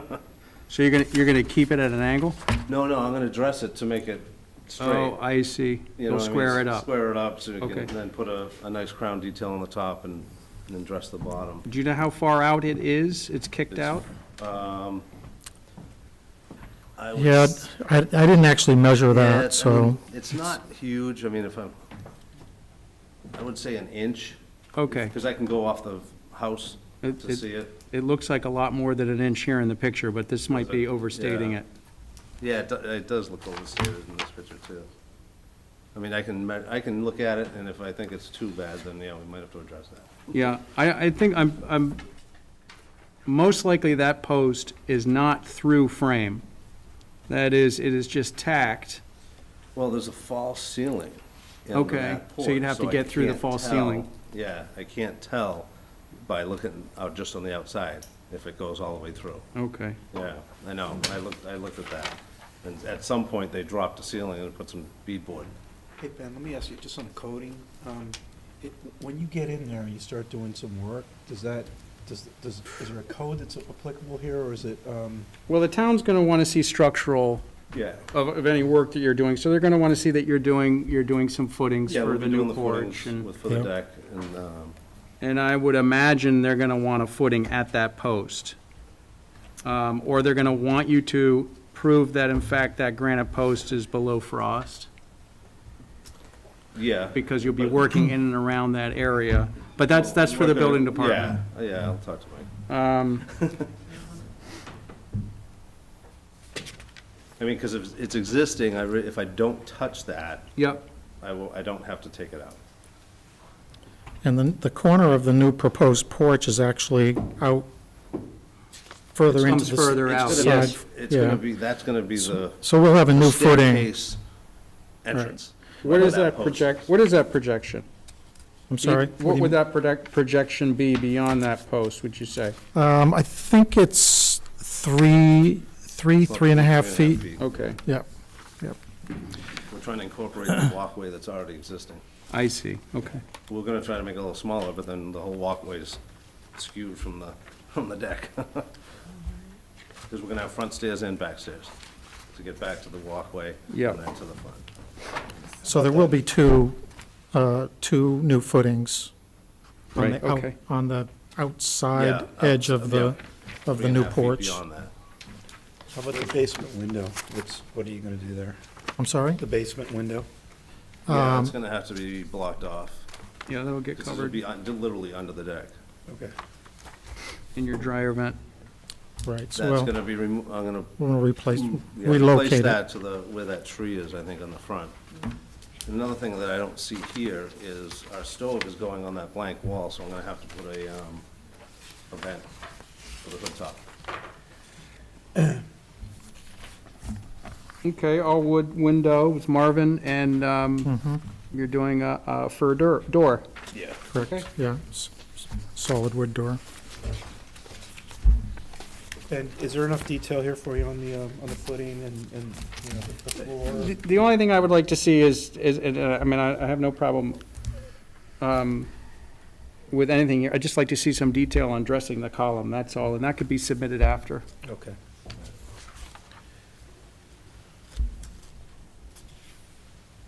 And if they elect to dress the column, does that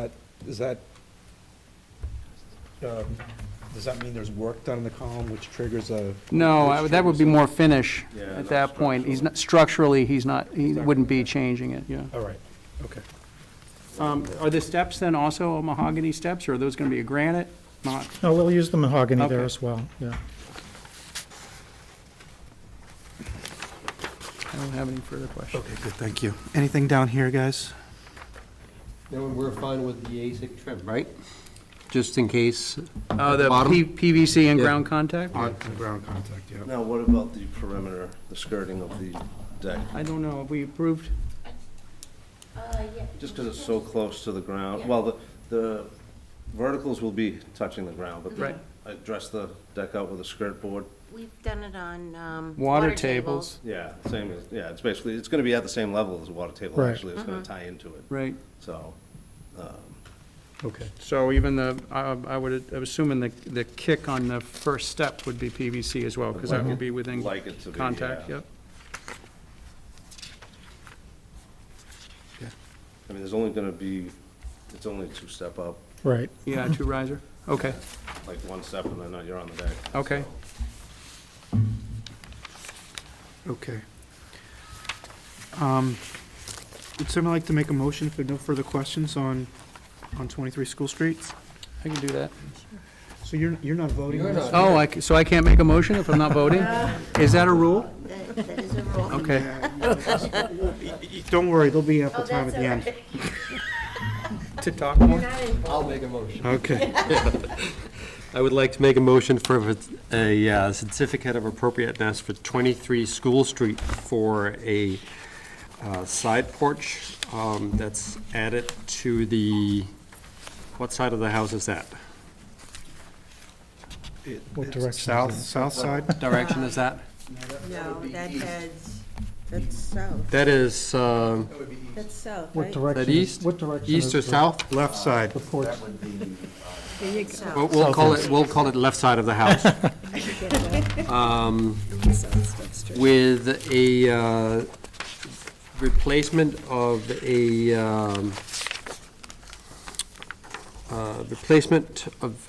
the existing window with a new Marvin wood window, and a new wood door, and the skirt would be approved as a PVC skirt. And the risers on the steps. I think it's pretty straightforward, right? PVC slats. Yep. Nope. Any changes to the supporting column in terms of dressing will be submitted to the commission for future consideration. Anything else? Yep. Materials to be like in kind to the original house. Mr. Chairman, to be clear, that's not another meeting, that's just a submission to Andrea, and then, Yep. okay. Very good, thank you. So that means we're done. Do we have a second? Second. All in favor? Aye. Opposed? Okay, thank you. Thank you. See you guys.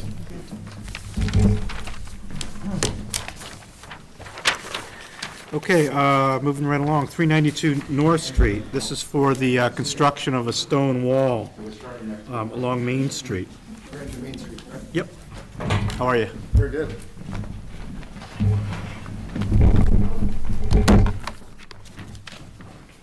Would you be Spiros? Yes, I am. All right. Spiros Gennaro. Thanks for Good to making the meet time you. this evening. Very intimidating up here. No. We usually don't even have this big of a room, it's usually a more, it's a smaller space, but. Excellent, excellent.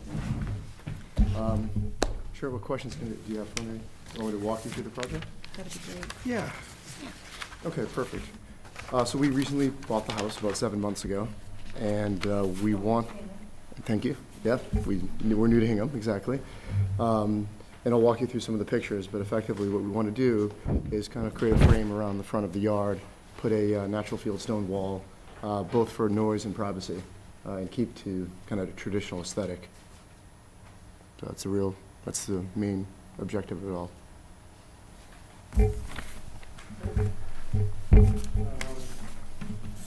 Done some landscaping plans for you.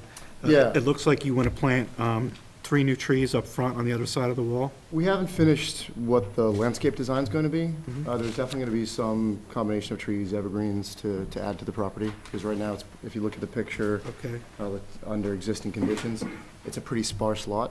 So we just want to have a bit of character to it. Sure. And it's a bit of a blank palette. So your proposal is to add a stone wall along the front right yard, proposed to add privacy and physical boundary with the traditional aesthetic.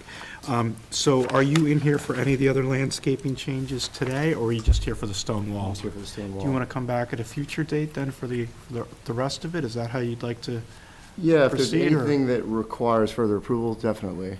Yeah, I mean, I think it was my understanding that only hardscape had to be approved. If Yeah. it's just plantings, Yep. Yep. So you're not here for the gate either today? I'd probably do the gate, I'd probably look to get approval on the gate today, maybe we haven't finalized the design on that, but it could be a situation where we don't put a gate at all early on, and we add that later. I really want to leave access to the backyard, not coming through the driveway, for landscaping, anything we choose to do in the yard later.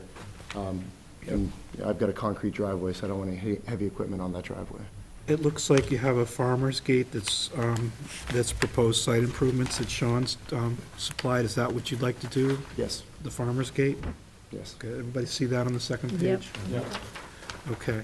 And the stone wall is going to match what you, what's existing that was installed, I believe, before you Yeah. moved in. There's two stone walls. There's a stone wall, if you look at kind of the bigger pictures, that wraps around the farmer's porch. And that's pretty old. That's pretty old, actually. And then, at some point, they added the additional wall that's there that approaches the front of the property. So, along the driveway. So, we're gonna match as close as we can to that, to those tones and colors. We're gonna be a bit higher. We're not gonna put the cap that you see on top of that. It's gonna be a natural finish on top, similar to this image. And it's gonna look like a dry laid wall, but it will have mortar to hold it together. You can see a lot of the joints on the existing wall. It will probably have a bit of a cleaner look on the wall that we propose to build. Is there an approximate height? We're proposing up to 36 inches. I think it might be 30. Can I ask another question? Yeah, of course. When I look at this, it says matching granite. Are you looking to replace this portion that's in the front here with the cap? That's fieldstone with a cap right now, correct? It's fieldstone with a cement cap, yes, like some concrete form cap.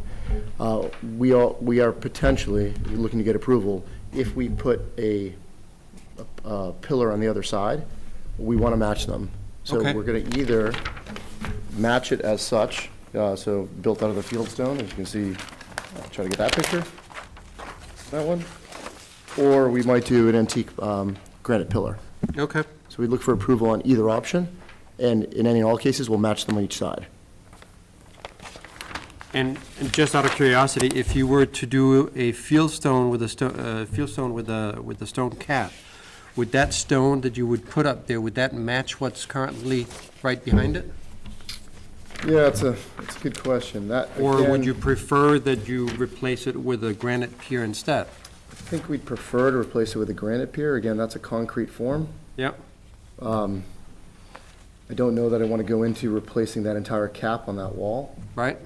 so, just because of cost at that point. So I think, in any cases, the piers will match, the pillars will match. But I don't know exactly which substance we'd use. I think we're probably leaning towards the antique granite piers as opposed to. I would definitely be in favor of a granite pier. Yeah. Yep. Yeah, so we're leaning towards that, but again, we're going to look at what's available for materials. Yep. Colors that are available, and different options when we kind of get onto the site. Yep. And on the piers to the farmer's gate will also be antique granite. And the farmer's gate, would that be a naturally aged? Yeah, I think that, Similar the to what's image, on yeah, the... similar to that picture, something that's, looks a bit rustic and weathered, if you will, natural wood. And the height on that gate, would that be a 4, 6? We haven't done that yet. I don't think we'd want it. Like a 3 or a 4? Yeah, probably up to 4. Up to 4? I don't see us putting it much higher than that. Nope.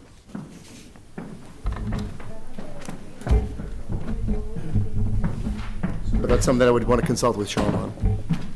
Just to follow on with what Thomas is line of questioning, if you're going to put two columns on the front of the driveway, you would want to have those match, right, with materials. So right now, you've got a it's a stone, you know, it's all pieced together, it's not one piece. That's right. That's on there right now. That's right. So you would replace that with something, if you were gonna go antique granite, you would have two antique granite Yes. columns.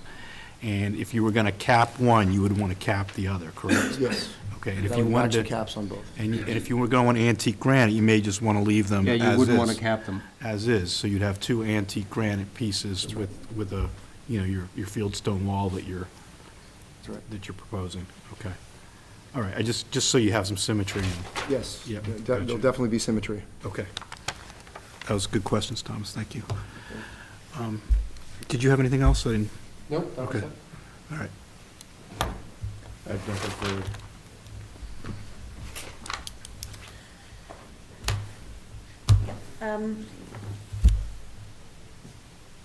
My question's a little vague, because I'm a little vague on this, but I think if I understand your point, it's to keep a traditional aesthetic, as you've said, which to me means like, it looks like it's been there all the time, that the fence addition isn't going to shine as a nouveau addition, but it's going to kind of be integrated with the older rustic. And that would mean the height, is the height going to be, this little pillar out there, is the height of the fence going to be the same as that pillar? Is the height of the fence. We haven't finalized of what that's gonna look like, or the height of that pillar. The height of that pillar will certainly be higher than the 36-inch wall. But this is just kind of more of an inspirational image as opposed to the actual image right now. So they're going to be different heights in your plan? Which are gonna be different heights. The wall portion will be that, the small wall portion, not that, but the column at the end of that wall. Is that going to be the height of the new fence proposed on the right side? The column at the end of the wall will be higher than the wall, slightly higher, I would say. And that will likely align with the fence if and when we add the farmer's, if by fence, I take it, you mean the farmer's gate? I'm sorry, I should have said wall. I mean, I didn't mean fence. I'm sorry, I should have said wall. Virginia, you mean this image here, where the column at the end of the driveway? Yeah. Because if it's different heights, then it looks like it doesn't have a traditional continuity. You want whatever column is placed on the other side of the driveway to be the same height as the column that's already there. And if you choose to remove that column that's at the end of the driveway that's already there, they would still be at the same height, whatever you chose to do. Absolutely. And the wall would be at the same height, too. Well, the wall's gonna be 36. The wall's gonna be 36, but the pillars are traditionally a bit higher. Yeah, the pillars will be taller. The existing pillar is taller than the wall. Taller than the 36-inch wall and the wall that's already there. So it's going to be taller than this existing pillar at the end of a driveway? That existing pillar looks like it's taller than 36 inches. It does? Yeah. Yeah. I think it's more I think it's about 3'6" or 40 4 feet. Yeah. But I think you could do like the shorter granite columns by the driveway, and then you could do the 4 feet granite columns by the gate. That's right, yeah. They're so far apart that I don't think they have anything to do with one another. That's right. The only reason why you need the taller columns by the gate is to support the gate itself. Correct. Right. We don't really want, from a design perspective, giant columns as we enter the driveway. That's not an aesthetic we're looking for. Right, right. I think if, I'm sorry, Virginia, Virginia's looking for continuity at the head of the driveway. Yes. Just make sure that those columns are the same height, made of the same materials. Is that?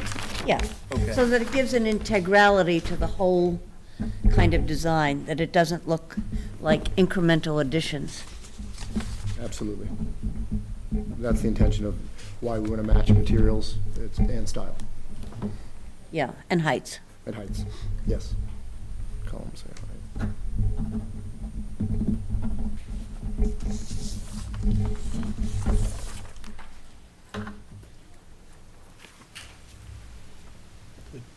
Ben, anything else down here? No. Yeah, I think, I think a wall here is, it's kind of a vacant lot type of look right now. I think a wall with some trees behind it is going to add to what's there, and it's going to, I think, just take up some of the volume and give you a little bit of the look that you want with the house. I think it also ties in the other stonework around the house, which will be, now it's, the wall, the yard, and the house are all, they're kind of more joined together. Yeah, that's the intent. The street kind of rolls into the yard as it looks, and looks like someone's ready to build a house there. So we, Looks like a very positive proposal. And how far back from the sidewalk? there is sidewalk, so if you go to the larger images on the next page, right here, I've kind of just put in a couple of red stripes there for the proposed wall location. So we're going to set it back 12 to 18 inches off the sidewalk, and that's to add a little bit of green between that, but also in the event there's any work done on that sidewalk, so not to interfere with the wall itself. So you would need some grass to maintain that section of the, Yes. okay. That's why, because of the, when they plow the snow. The plows, yeah. Yeah, Okay.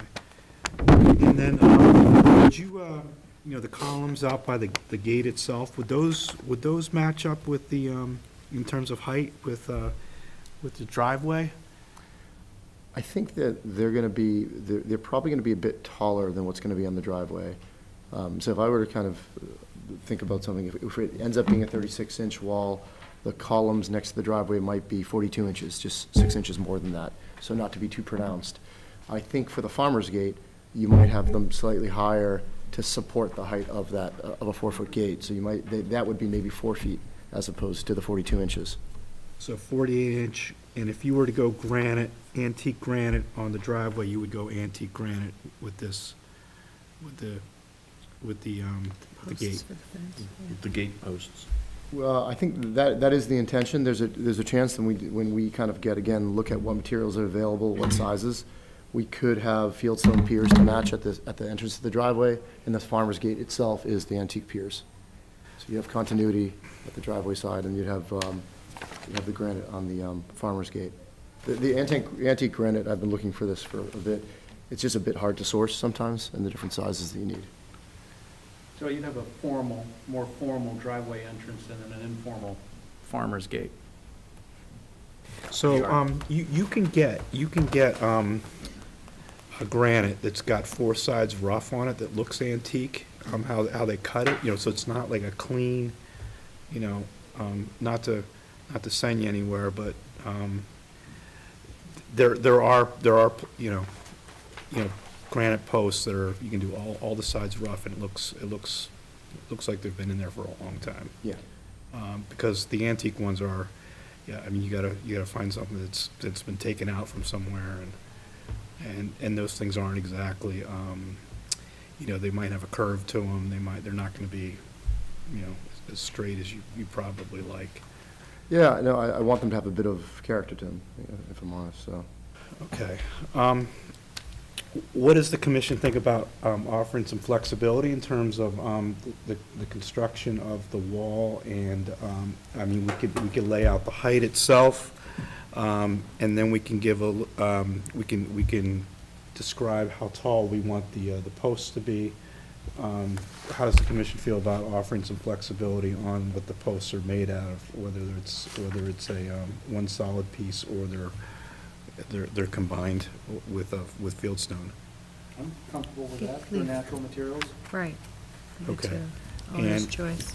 And were there any questions on the gate itself, the wood gate that's depicted here in this picture? No? Okay. I think it was going to be weathered, you had indicated? Yeah. Well, to weather it, put a weathering stain on it effectively to give it that Okay. look. So it'd be natural wood, make it Okay. look rustic, put a bit of a stain on it. I have one other question. The skirt underneath the gate, that would be granite? Oh, yeah, very good question. So, yes. And what would the width of that be? Okay, so the entrance to the gate itself is about 12 feet. are being proposed at 12 feet, so to give about 10-foot clearance for any sort of equipment that would need to come through. The skirt that we're proposing underneath is, the materials we're proposing cobblestone there. Yeah, cobblestone? Yeah. And then, well, how many courses of cobblestone do we have? 1, 2, 3, 4, 5, 6, 6 by 10. That's gonna be something to the effect of 42 inches to 60 inches Okay. wide Thank you. in terms of Yep. width. And again, some of those, we'd look to get approval for that now. We might add that a bit later.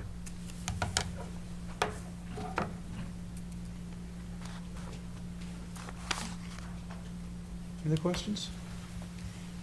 Is it true that what we approve now, the construction is to be completed in 6 months?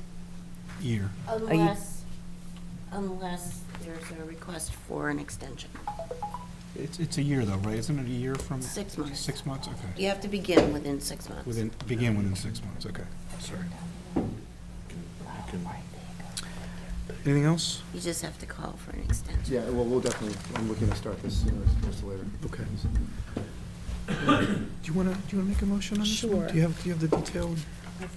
Okay. Maybe. We can help you. We can help you. Sure, okay.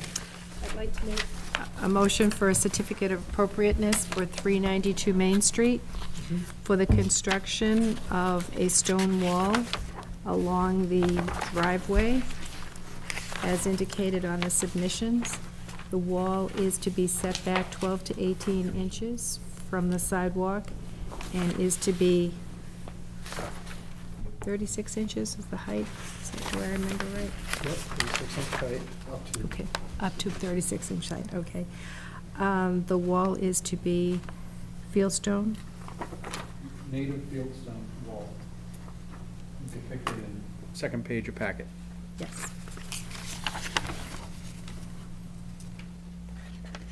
Also, the addition of either granite or fieldstone post to match the existing on the opposite side of the driveway, the height and the material to be the same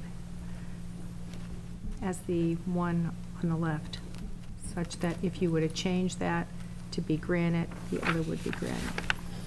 Okay. And also, at the homeowner's discretion, to create a farmer's gate at 4 feet in height with antique granite gate posts and a cobblestone skirt. Weren't we going to allow some flexibility on whether it has to be antique or not antique? Just granite. Just granite. Okay. And with a cobblestone skirt underneath? Yes. the gate. I think I mentioned that. 12 foot by 42 to 60. 42, the range of 42 to 60 inches. Okay. Yeah, the only thing I would say is you just say up to 12 feet, and we might choose to adjust it to 10. Okay, up to 12 feet in width.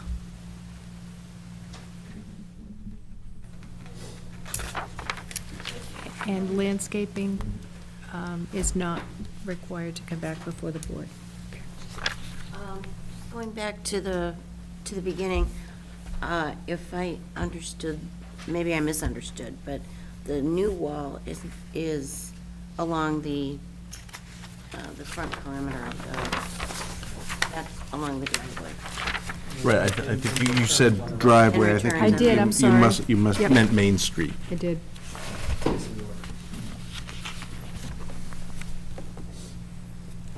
Driveway columns to match, whether they be fieldstone Yeah. or granite. Okay. Do we have a second? Second? All in favor? Aye. Opposed? Thank you. Looks good. A lot.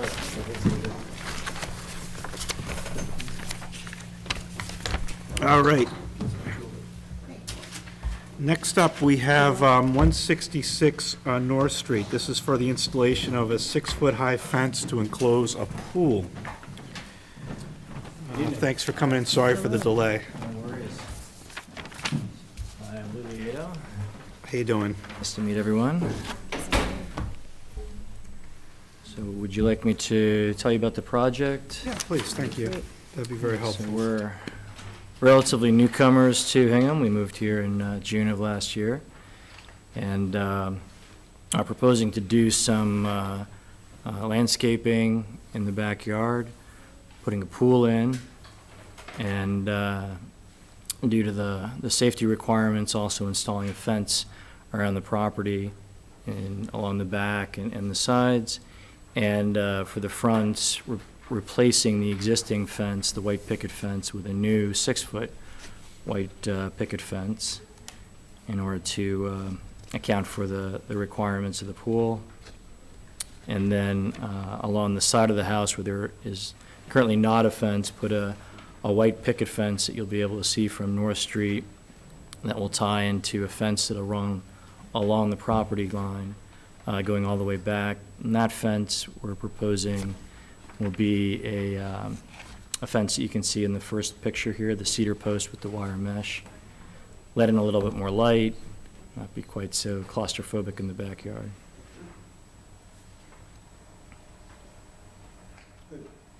And 6 foot is the requirement for pool enclosures. That's right. We would have gone for 4 feet, but Yep. they wouldn't let us. All right, just so the commission knows. Any questions from the audience? Any questions for Lou? So very I straightforward. think the only thing that we would be able to like see would be the gate to the left of the house over by Talbot's, is that correct? Yeah, if you Front take, of that gate, as well as the replacement fence that's coming down the driveway, that's currently 4 feet. so Right. if you look at this picture, this shows you what the driveway is now that you can see from the street, and this is the 4-foot fence that's there now. Yep. So it'll just be taller, So that would be taller. right? That would be the fence right here, correct? That's right. And then as well as the gate over here, but I don't even know if we will be able to see that I based on think- how far it looks like it's gonna be set. Yeah, so if you take a look at this picture, this will show you the fence is actually going to be back here. So it's, if you try really hard, you may actually see a little bit of white, but the idea is to put it far enough back that you really aren't going to see it from the street. But we're going to put a gate in it just so we can get access for lawnmowers and things like that. And the rest of this is all gonna be obscured, right? Yes. So right now, there's trees that basically follow this property line all the way back, and similarly in through here. Thank you.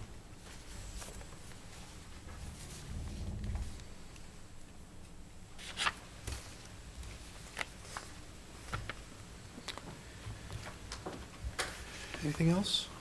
This would be a white wooden fence, right? That could be seen? The white wooden fence- Whatever can be seen would be a white picket That's right, wooden fence? yes. And then whatever would not be able to be seen would be an open cedar Yes. fence with a mesh? Yes, the only, I would say, design question is along this particular piece back here behind the barn. We may put a privacy fence in. Mostly it's just because of the train tracks are right there. But that, I think we're still talking with the fencing company about it. I don't think we have any jurisdiction over that anyway, because it can't be seen from the street. There we go. You can do that at your discretion. Thank you. Are the train tracks a public way? Yeah, They are. Oh, and there's a lot of board fencing back there already, when the green bush, No. when it went in, yeah, so. Yeah. That's consistent with what's been put in. I stand corrected. Okay. Anything else? In the packet, it has a pergola, the last page. Are we reviewing that? I believe that's in the rear of the house. Yeah, that is in the rear of the house. I think that was included mostly to give you a sense of what the design will look like. But if you take a look at the land plat, it's going to be entirely behind the house here. So this is the, North Street is here, Okay, right. and this will be behind, there's a garage here, this is behind the house here. If you take a look at, apologies for not numbering these. Yeah, last page, I think. If you take a look at this picture, so this will give you a sense of what you can see from North Street, and then behind the house on the other side will be the pergola. Okay. You know, if you want to, if we take the approach that the, you know, train is a public way, then this will be visible before the fence goes in. I mean, the train is underground at that point. Oh, is it? Yeah. Okay. So at that point in the train tracks, it's probably, I'm gonna say a 40-foot drop back there. Yeah, you're looking at a concrete wall at that point, the retaining walls. Okay. All right, so let's assume that this is not visible from a public way then. If an underground train is not a public way. Boat section goes over. Yeah, you're probably trespassing. Only once, I'm assuming.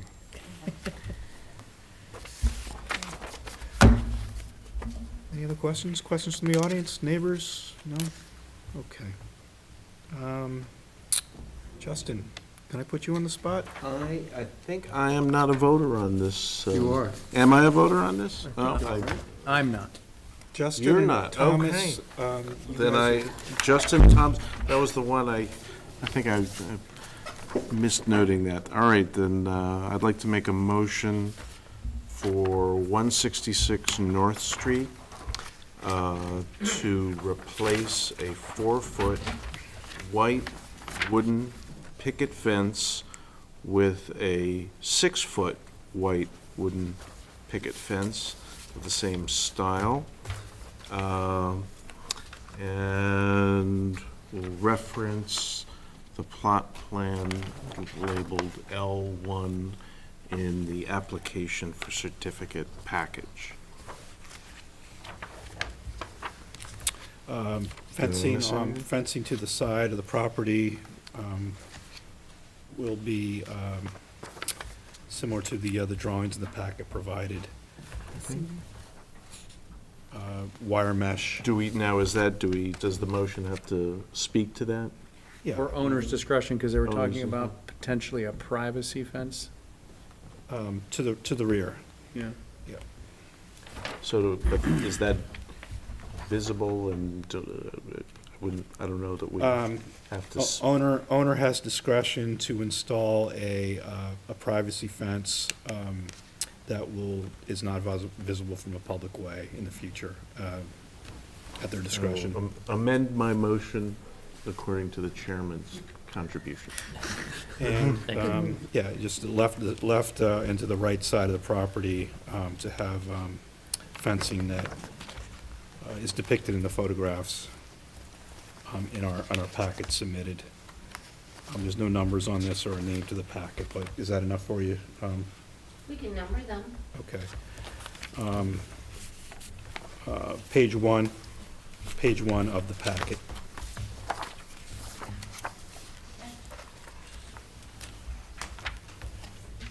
Did I miss something? Did Justin miss anything? No, I think that's. Okay. Second?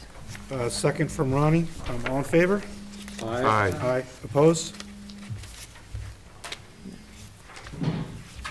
The ayes have it. Great. Thank You you got very it. much. Good luck with Thank the you. project. Thanks for coming in. Thanks for sticking around. Bye now. Okay. We have 272 North Street up next for some hardscape changes. How are you?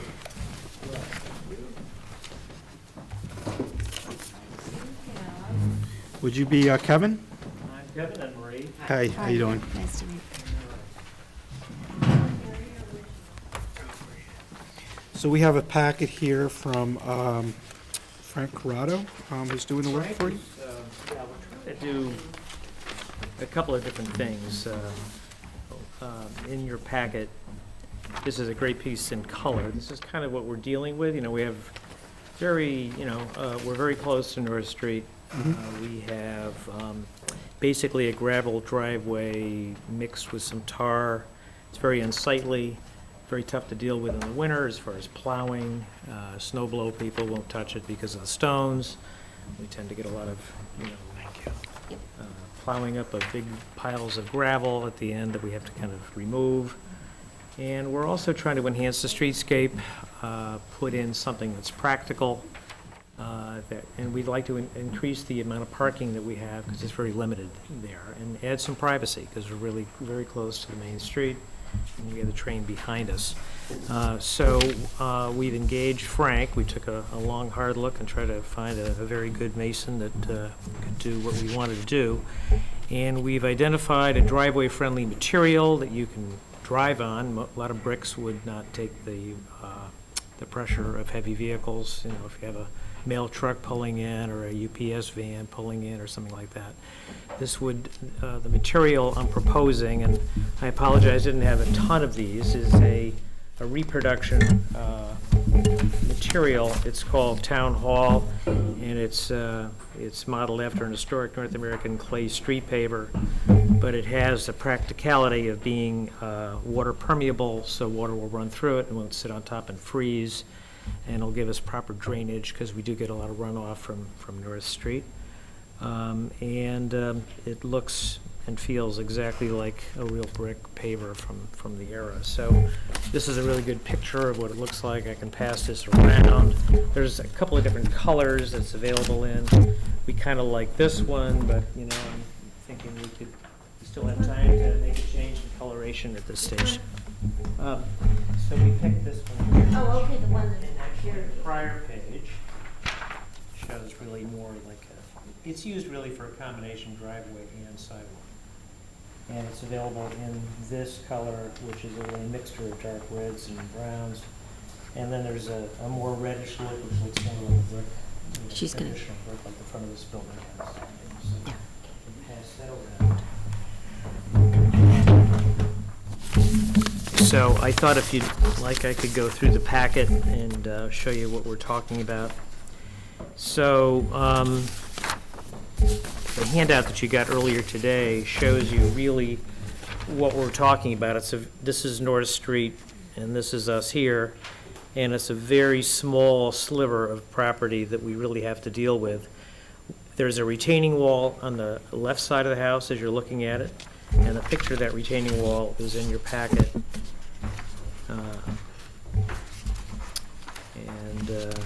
That is on page 9. If I numbered them, which I didn't, I apologize, but it's probably midway through your packet. So there's a fieldstone retaining wall on the left side of the house, which supports a level driveway there. There is no retaining wall on the opposite side of the house. And that picture is here. So where this is, this car, it starts to really trail off the property at that point in time. So when you pull your car safely off North Street, it really starts nosing down. So what Frank is going to do is build a 30-foot long retaining wall along there, which will mimic the retaining wall that's on the left side of the house. And that will allow us to have parking further off North Street and create a nice street backyard for us that won't just be sloping off to the train tracks. It'll just be giving us much more, level property in the front. And then we're proposing, and the material for the pavers will be as I showed you. On the right side of the house, they're going to give us a 2-foot buffer from the wall before the pavers start, and that will allow for planting some flowers or some kind of greenery. Right now, I've got 4 or 5 boxwoods in front of the house, which are going to stay, so there'll be a carve-out for those. And then on the left side of the house, because I'm going to have the fence will be much closer to the street, the pavers will go right up to the fence. So we're talking about putting a fence on either side of the house, and I've given you kind of right now we've got a couple of vendors that have not gotten back to us, but Basically, the wall pole design is what we're going to use regardless of who we pick. And that is basically the design you see. It's kind of a handwritten on graph paper. And that is proposed to be basically it's going to be a 6-foot fence, but it's going to have an English lattice topper, which will give you some vision, so it won't look as high and massive as a 6-foot fence would be, give us some privacy and some visibility. And then on each side, we're going to have open lattice fences, so, which will taper down to 3 feet at the low point, and then give us some visibility as we back our cars on North Street so we can see oncoming traffic. So basically, it's going to be the same lattice that's on the top of the fence, will be on the sides, but the sides will be largely full lattice. There'll be right, like that. So that's the design we've talked about. And our neighbor on the left side has, concerns about, having, they park their car right there that they want to be able to see as they back out. And so this open lattice should give them plenty of visibility. Our cars will no longer be parked there because we'll have more space on the right side of the house where we can kind of be away from them. And we'll have more open visibility at the front of our house. So very rarely will be cars right in front of the house. So as you know, it was a 1865's horse barn that was done over in 2008. And we bought it in August of 2017 to ultimately use as a kind of primary retirement place. And I just retired in January. So we've been living in it for a while and are now tackling some of these things that we really think need to be done. And by getting the frontscapes done now, I'll have more visibility as to what, I'd like to do in the back as far as getting gardens and plantings and improve the side porch, which I think was built to be temporary when they put it in. It was just made out of pressurized wood. And I'd like to, once I get the topography figured out with how this wall is going to line up and there will be a gate, by the way, in the middle of the right side fence to get access to the backyard, and will be in keeping with the fence, so we'll also have a lattice topper. We're not sure whether it's going to scoop down or scoop up or just stay flat, but it's going to be one of the three. I think I have a picture of that in there as well. And one of the posts on either side will have a coach light, which I put a picture of what we have now next to our front door. So one of the one of the fence posts on the left and one of the fence posts on the right, most likely to the left of the gate, and then the other side will be as close to the middle as I can, will be a light on top of the fence post, which will illuminate the driveway, because right now there's no lighting out there at all, so it's pitch black. And so this will give us some, I think, lighting for safety and security and, as people try to get to their car. And I think it will actually be a big improvement over what's there. And I think it'll improve drainage and, snow removal, and give us greater parking access. And I think it'll improve the curb appeal dramatically. And be in keeping with the neighborhood and I think with the house. So that's really what we're trying to do. And Frank is, if we can get approval, can start in mid-May, because these guys would get booked out pretty quickly. So it'll be, and then the fence would go in afterwards, so we can deal with the fence later if we need to do it. So Okay. that's it. Thanks, Kevin. Appreciate it. Questions for Kevin? Yes. The fence, I apologize if it's indicated, are you going natural, white, some other color? What we're doing is natural cedar for the moment, and with the option, we may paint it white or off-white. Right now, the house is a light green color with a more of a camel-y colored trim, and I don't dislike it, but I'm not sure I love it. But it's the first staining of the house because it was completely done down to the studs in 2008, and it's not something I want to tackle right now. So my immediate vision is to leave it cedar, and ultimately, if I do paint the trim white, I may paint the fence white, but right now it'll probably just stay cedar. And the pictures I see here, there's a garage, that's the neighbor's garage? That's the neighbor's garage. Okay. The in front of your condensers on the left-hand side, there is a fence there now. I don't know if that's. It's just one of these, from the And that's going catalog, away. it's, it's. That's being removed. It's Okay. being removed. Okay. I think it's I just- aluminum fence. I just want to be clear on what brick you were talking about. Sure. Or paver. Okay. Your first choice is the three-color blend? Well, there was, last year's catalog really did a much better job of displaying it, but that's it there. That's it, yeah. And that's the Heritage? It's This called, is Heritage Red with natural, oh, this is a natural stone step, Heritage Red. the page before that, which is a driveway, I can give you a better view of it. That's what it looks like. That's also Heritage Red. That's the same one, it's, it's used where your driveway is also a walkway. It's very common. And the mortise in the, that holds the brick together is a very special type, an expensive mortise that was really what's gonna bind the bricks together. It's just gonna sit on compressed stone. Okay. These are different color bricks, it looks like, how they're configured. Multicolor. The other option we have is a tricolor of different shades of red, which would give more of a brighter red hue. And, I'm kind of torn which one I like better. We were originally going to go with, yeah, that's more of the red, if you like that better in the back. If that's the pure, more of a red look. I think that's the three-color blend. I think this is the three-color one, yeah. That's the three-color blend. Andrea, just, since I've been working with the commission, all the bricks that the driveway work we've done have just been kind of traditional red brick, and walkways, everything's been red brick. We haven't seen. The dark. No one's proposed it. Can you recall anything going back earlier than that where we've gotten to kind of a multicolor design, or is there any kind of precedent for working with multicolor? Not that I can recall. So this would be So, as bricks age and, they're put in at different times, they can change color, right? I think that's what they're trying to achieve, but with a newer look. Is that your take on this, or? I would think so, yeah. Yeah. I'm just curious because we've basically just seen red brick going in, different configurations, herringbones, layouts. But Well, has the commission approved landscape brick like this is? Well, it's brick. With concrete in it, though, isn't it? Yeah.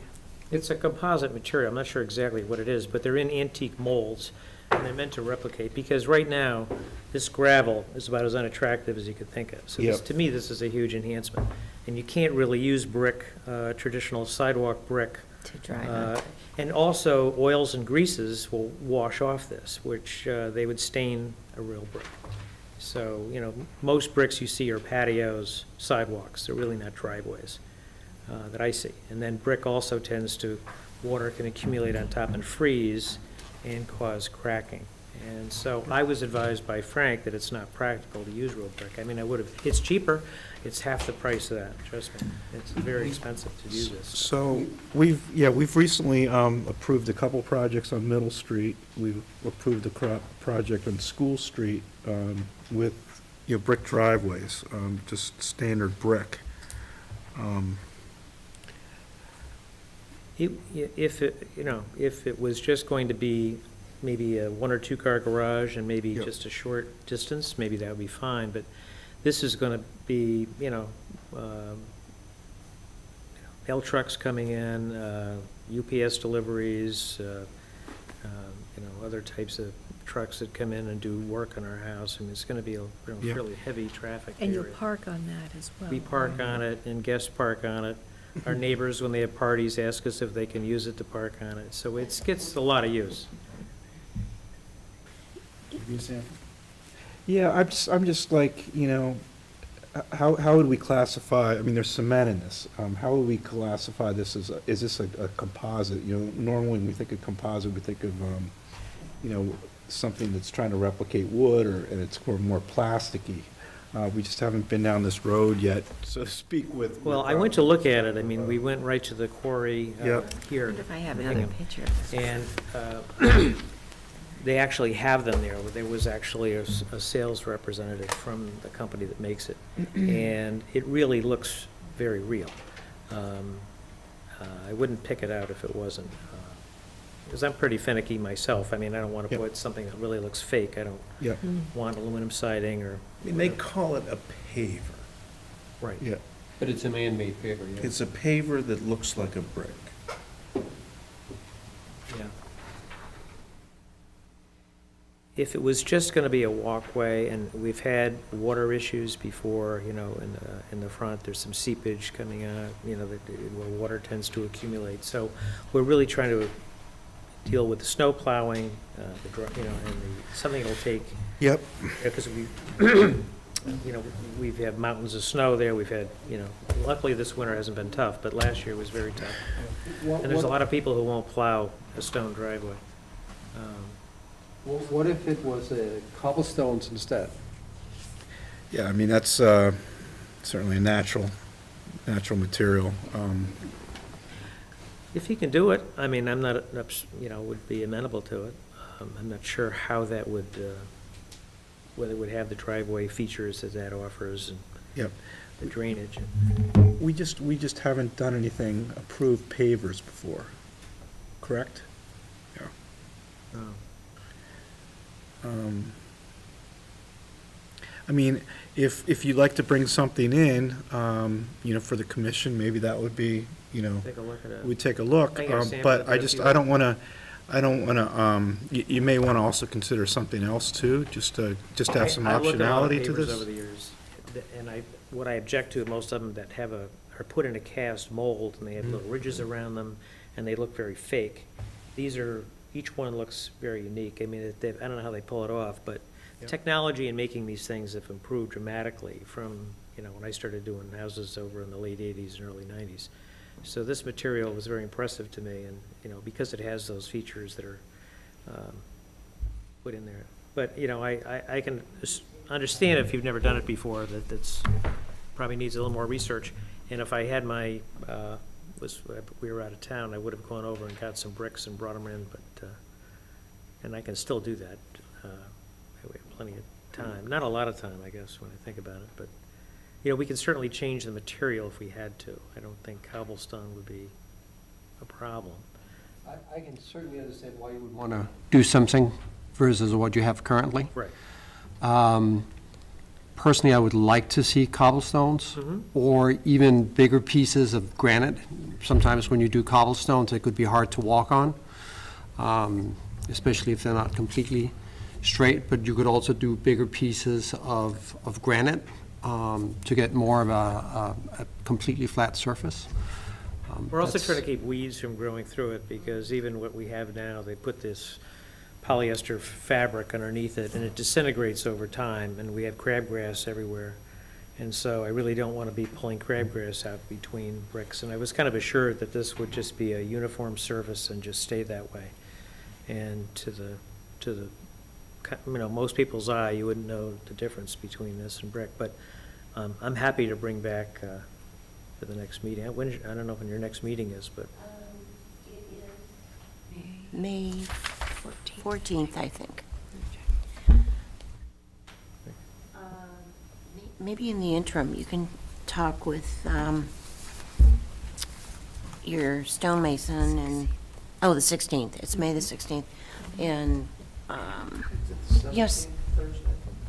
Oh, no, you're right. They're 16th, I'm sorry. Okay, 16th.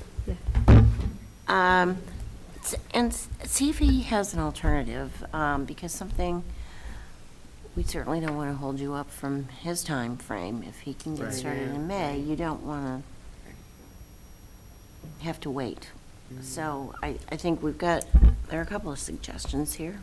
Tom's, I don't have any objections to any of the other elements of this particular application.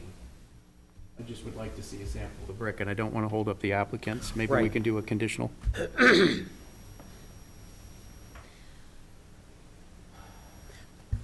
You know, to your point, Ben, with a little divergence here, I have some reservations about the lattice fence with the topper, given, I rode past your house and it has an appealing simplicity that I think a topper doesn't really relate to. So I have some reservations about that. Certainly not a lattice fence. And We could have done lattice, or we could have done, and our next door neighbor has a picket fence, you could do pickets on the top too. But something so, I thought maybe 6 feet was too high of a fence, if there wasn't some more opening that kind of gave you some visibility, and I thought it added a little more architectural interest instead of just a solid fence. We're also trying to do a shiplap that mimics the front door. If you notice, the front door is inset a little bit, and there's a door that goes over the door, which is a barn door. That's also the same shiplap that will be underneath the fence.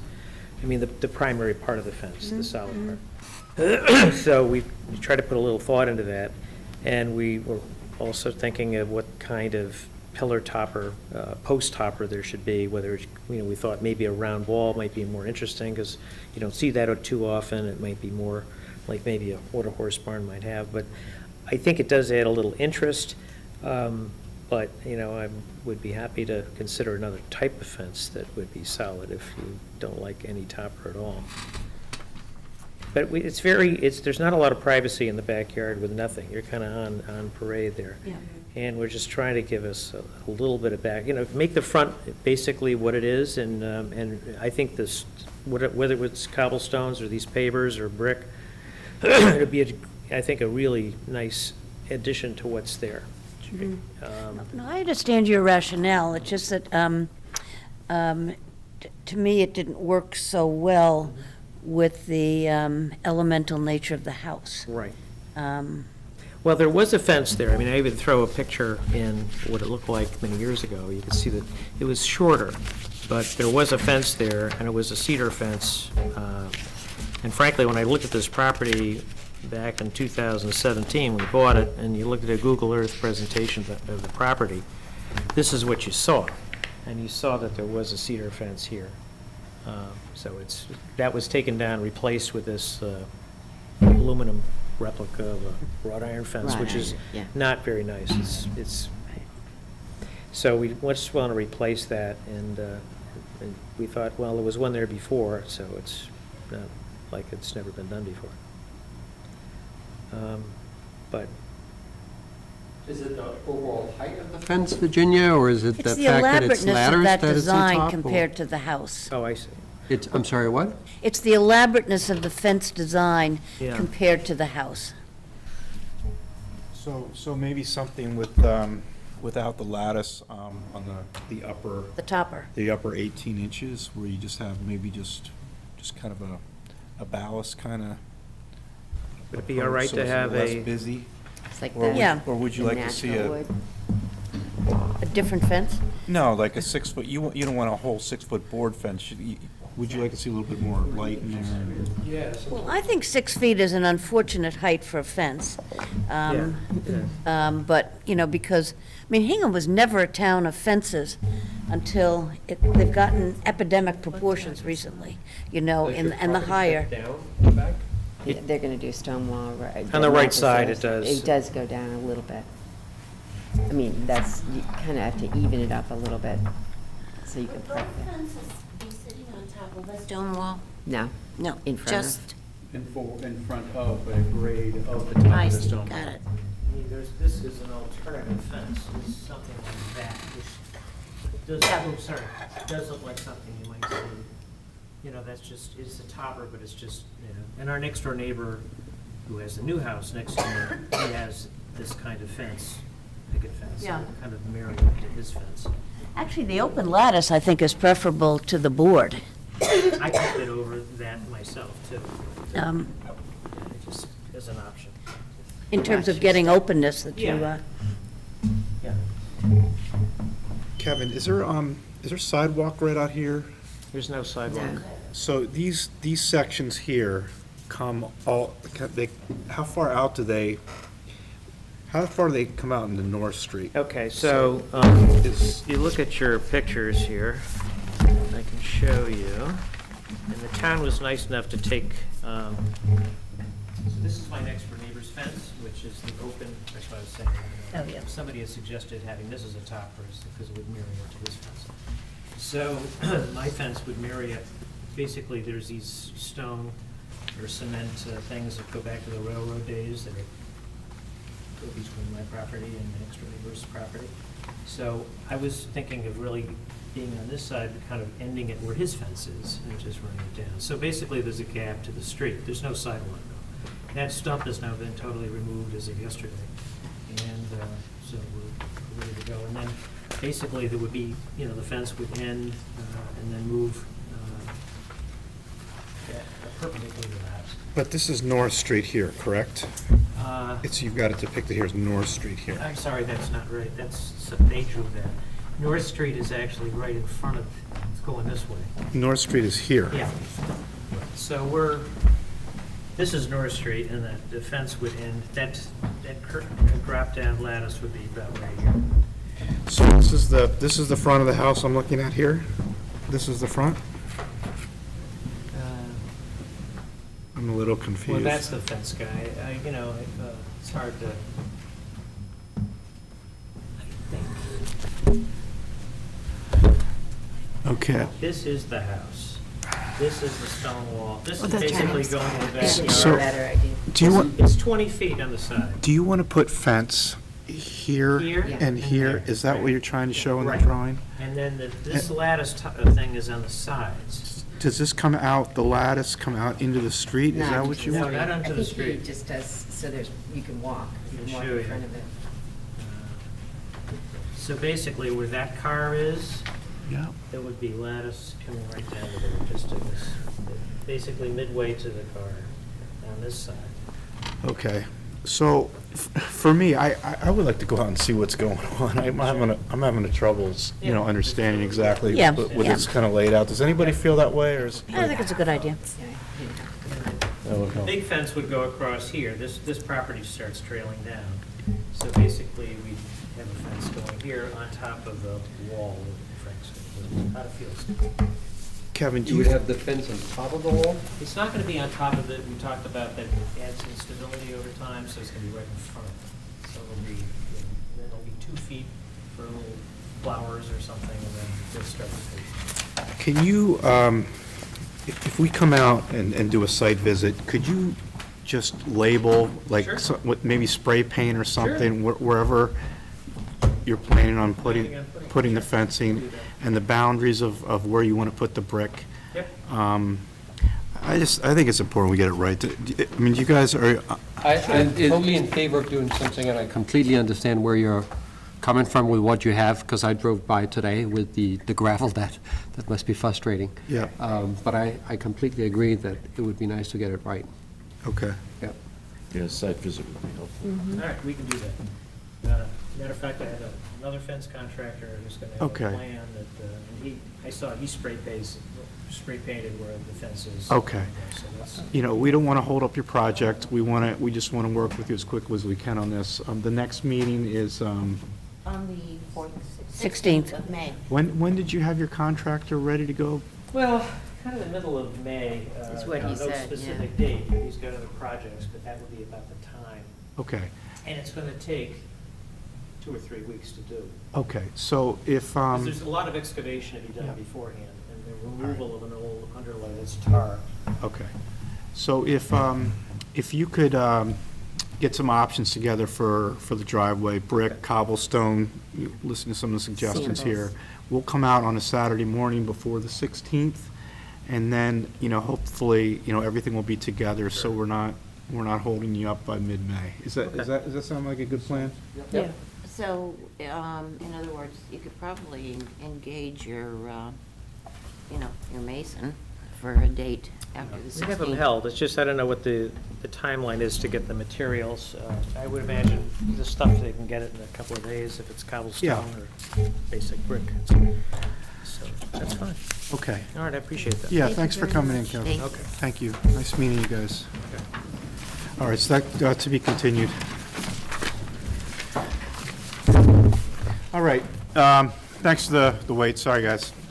171 North Street, this is for the construction of a two-story addition and modifications to the rear. Excuse me. Oh yeah, Main Street, sorry about this. No problem. This is the home that's up on the hill, long driveway, as you head down towards town on the left, so. And I believe Aaliyah, is it Aaliyah and Jeff? Okay, all right, great. And John Teriyaki's here. Good to see you. See you. I have some site plans as an update. I'll just send these out. Set up.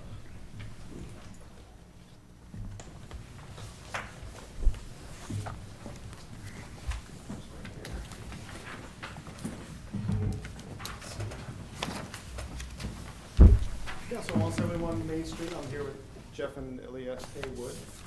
And we've been working on this design for a while now. And essentially... Oh, I'm sorry. Oh, sure.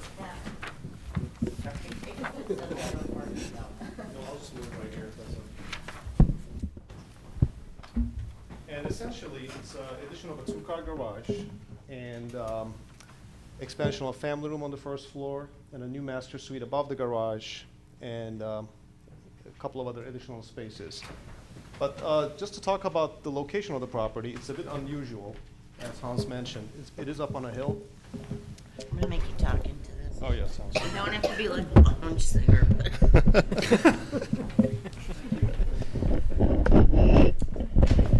And the property is accessed through an easement driveway off of Main Street, going up the hill, and then the house is right there. So the house is fairly well concealed visually. And it's set back, or the addition, the front of the new addition, which is colored in orange in this diagram. It's set back approximately 190 feet from Main Street. The original house is a very interesting example of probably what's best described as a craftsman from 1909. And this view right here is essentially the original house. And in 1991, a fairly large addition was built on the opposite side, a two-story wing with a kitchen in the back. So this is the back view from the western, or the southwest side of the property, showing the kitchen piece that was added, the two-story piece above that. They did do a pretty good job with the dormers and continuing that language. On the other hand, there were some irregular roof lines as well, and maybe some questionable window choices. But going back to the original design, you know, the write-up on the Mass Historic record for this house states that it may have been inspired by the Craftsman magazine, which started coming out, I think, in the early 1900s by Gustav Stickley. And I actually went and found the digital copies of that magazine.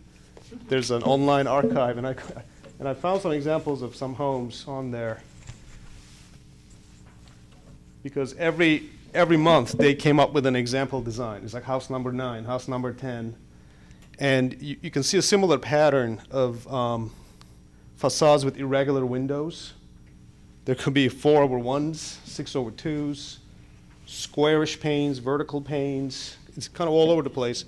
But also there are some really interesting and elegant details at the same time, especially expressing or revealing the structural support with brackets or elaborate rafter tails, simple massing. This I thought was particularly interesting because we have a similar condition in this house where the second story projects over a kind of an articulated chimney piece, very similar. So I thought that would be an example to show that, because as we thought about the addition and how to expand this house, we did think about staying within this language and maybe not going as irregular with the windows as the original house, trying to create a little bit of a standard, but stay within that same theme. So I'll just briefly talk about it at the floor plan level, then we can go into elevations.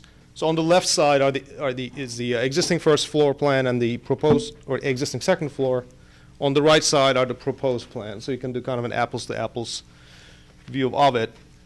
Basically, the original piece over here, even though ironically this is the less visible part of the property from Main Street because it's on this side, we just felt that this is a pretty special moment right here, and we really didn't want to eliminate that, even though it's not really visible from Main Street. We thought that that's the piece that we want to preserve and not cover with this addition. So that caused us to push the addition to the other side, and as a result, the garage, so this is the original piece right here. This is the 1991 addition over here. So we added our addition off of the 1990s addition instead of the 1909 building. So that's been the big picture approach from the beginning. And just to go through the floor plan, facing the garage doors, not towards the Main Street, but towards the inner driveway, so they will not be visible. A recessed entry with a mudroom and some support spaces, an enlarged living space that continues the connection to the existing kitchen. Inside, we are moving the existing stairway, which is, there are actually two stairways, or there used to be, but this original stairway towards the front, if you look at the floor plan, you'll see what I'm talking about. It is somewhat of an awkward entry. You come into a very tight corridor, and this stairway kind of snakes behind. So it's kind of a reversal of a traditional foyer. You don't really see the stairway. It's very tight. You come in slightly off center. I'm sure those are some parts of the original design where that irregularity and asymmetry was part of the whole approach.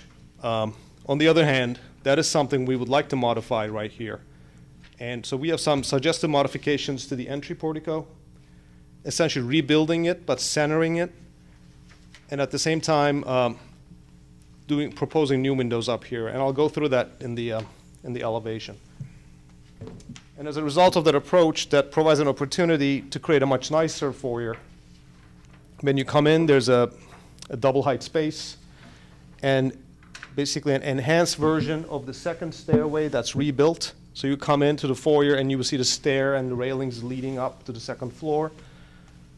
And a slightly wider and more centered portico. That carries very similar elements of the original portico, but in a slightly different fashion. And on the second floor, in general, relocating a bedroom suite above the garage, additional bedroom and other support spaces that connects to the existing floor plan and extends it.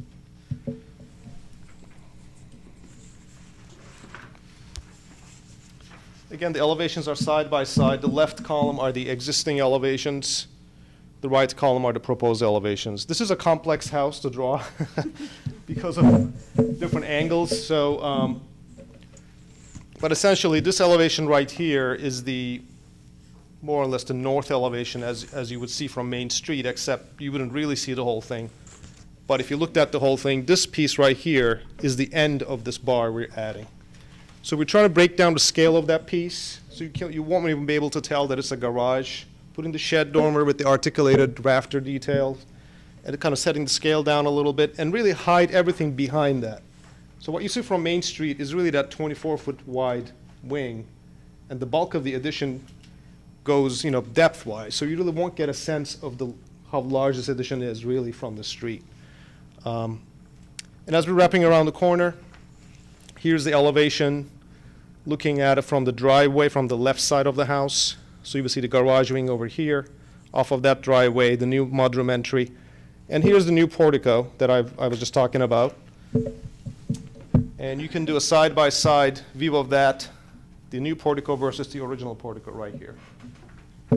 So it's slightly wider. It's a little more centered, balanced. And we went ahead and added, or we're proposing, 3 casement windows upstairs, or picture windows upstairs.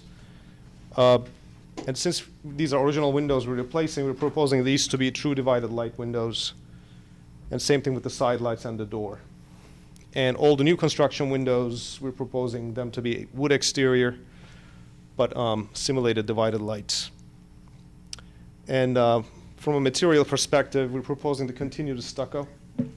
We went back and forth, and it just became really clear that it was going to be hard to propose a material change for an addition this size. It just felt like it would flow much more naturally if we kept the stucco and stayed consistent with that. And kept the window trim details and everything similar, going back to the original house and trying to match it as much as possible. These two are primarily the existing elevations. Here's the back of the 1991 wing. That's basically remaining more or less the same because that's the view as you would see from the backyard. I mean, you can see what they did with the windows there. And then here is the basically view from the right side of the house, looking at the back of the garage, the new connector piece we're adding, and this is the existing piece right here. This is the end of the 1991 addition. We're proposing to change out those windows to larger double hungs. You can see what it looks like right now. There's a bay window they added, and there's this kind of off-kilter screen porch piece that we're finishing into a small finished room that has more of kind of like an outdoor kitchen pantry purpose. So I know I've kind of thrown a lot of things at you. I'll just stop maybe and see if you have questions. It's hard to draw.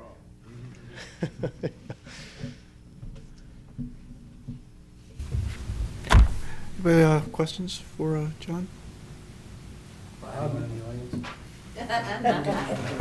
Stand out, stand out. Can I just ask a question? As it relates to the materials, you said you were going to continue with the stucco. Is it, when you would be all done with this house, would it look like it was all sort of the same, or would you be able to like look at it and say, this was the addition and this was the original portion? Or is there a way, like, could you use clapboard, for instance, and then paint it the same color as the rest of the house, or? We talked about that potentially changing to more of a siding material. Yeah. I think we were nervous, well, first of all, we were nervous about this process. We wanted to make sure that the general approach was acceptable, and we thought it was maybe a slightly safer choice to go with matching the stucco and have this abstract white box aspect with punched windows, as opposed to something with more lines and articulation. It just felt more right to us, but... Because there's a lot of stuff going on already? Exactly. And in a way, with all these angles and wings coming off of each other, maybe the seamless material goes with that approach. The intersections are kind of smoothly resolved instead of adding trim over trim. I don't know, it's just another way to think about it, I guess. But stucco is definitely not that common in Hingham. As you know, I don't know how many stucco houses you see in a given year, but there are not many of them. Sorry, Ben. Go ahead. This house is very well concealed from the street. I walk by it every Sunday, and you wouldn't even know it was there unless you're actually looking up that hill. And I'm familiar with the two houses, very familiar with the two houses that flank your driveway. They're so prominent. But that house up the hill, I mean, you just see bits of white, some of the stucco. You know it's stucco, and then you see some roof forms, and that's about it. What's unique about this project is we typically see, John, you brought these projects to us before many times over the years, where you typically build off the rear. And this one, you're building off the front towards Main Street because of the orientation of the house, you know? So it's, I think you've done it's a complex house. You know, there's a lot of different angles here. But I think you've, based on what you're working with here, I think, it's probably appropriate to come off the front, towards Main Street with something that's, subordinate to the main house. Usually we see it the other way around, But I can see what you have in the rear. You've got two facades in the rear that probably need to remain, and you probably don't want to do much with those. You probably want to keep them.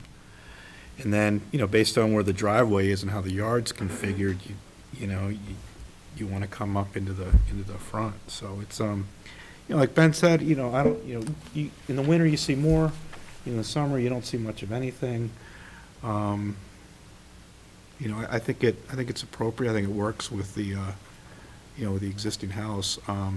I am interested in just taking a look at it, firsthand, just to seeing how how it's laid out up there. I don't know how the other commission members feel, but I'd be interested in going out and seeing it and, how it's staked out, and just to make sure we get it right.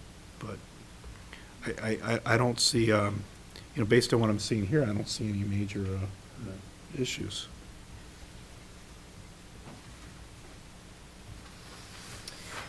I'm interested, John, in, your introduction in terms of the design of the house and the research you did was illuminating and gives a perspective that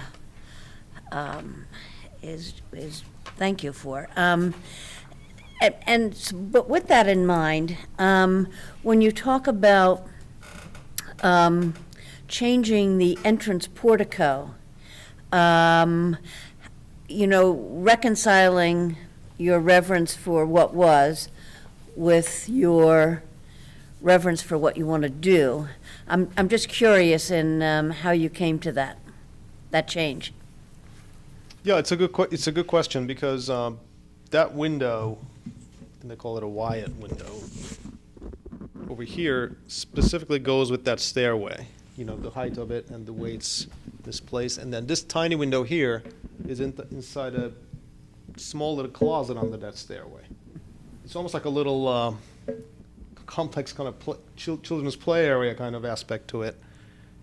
And I think what we ultimately came to was that in wanting to make in the front foyer a little more spacious and functional, there was really no way for that existing stairway to remain. It's also a really tight stairway. So it was driven from a functional standpoint.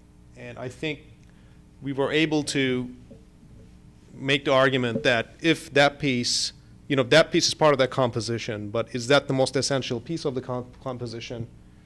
Or is the most essential piece maybe some of the bigger moves over here, and then these dormers, the way they poke out, and the roof lines, and maybe that's more of a function of the stairway, and maybe that's how they ended up with that window.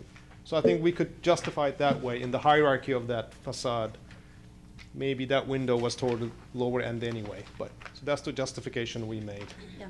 And we're hoping that what we're proposing here, it still creates a very, or preserves the kind of the diverse range of windows on that facade, because it is a smaller size window compared to the double hungs. This piece is a little more centered, but the main massing will remain unchanged in that piece. So we're hoping that even though we're making the portico slightly wider and proposing to change that window right there, that we're not hurting the big picture existence of that facade, I guess. Thank you. Hey, John, I forgot to ask, square footage of the main house versus what you're adding? So right now, it's approximately 3,000 square feet. We're adding approximately 2,000 finished square feet over that.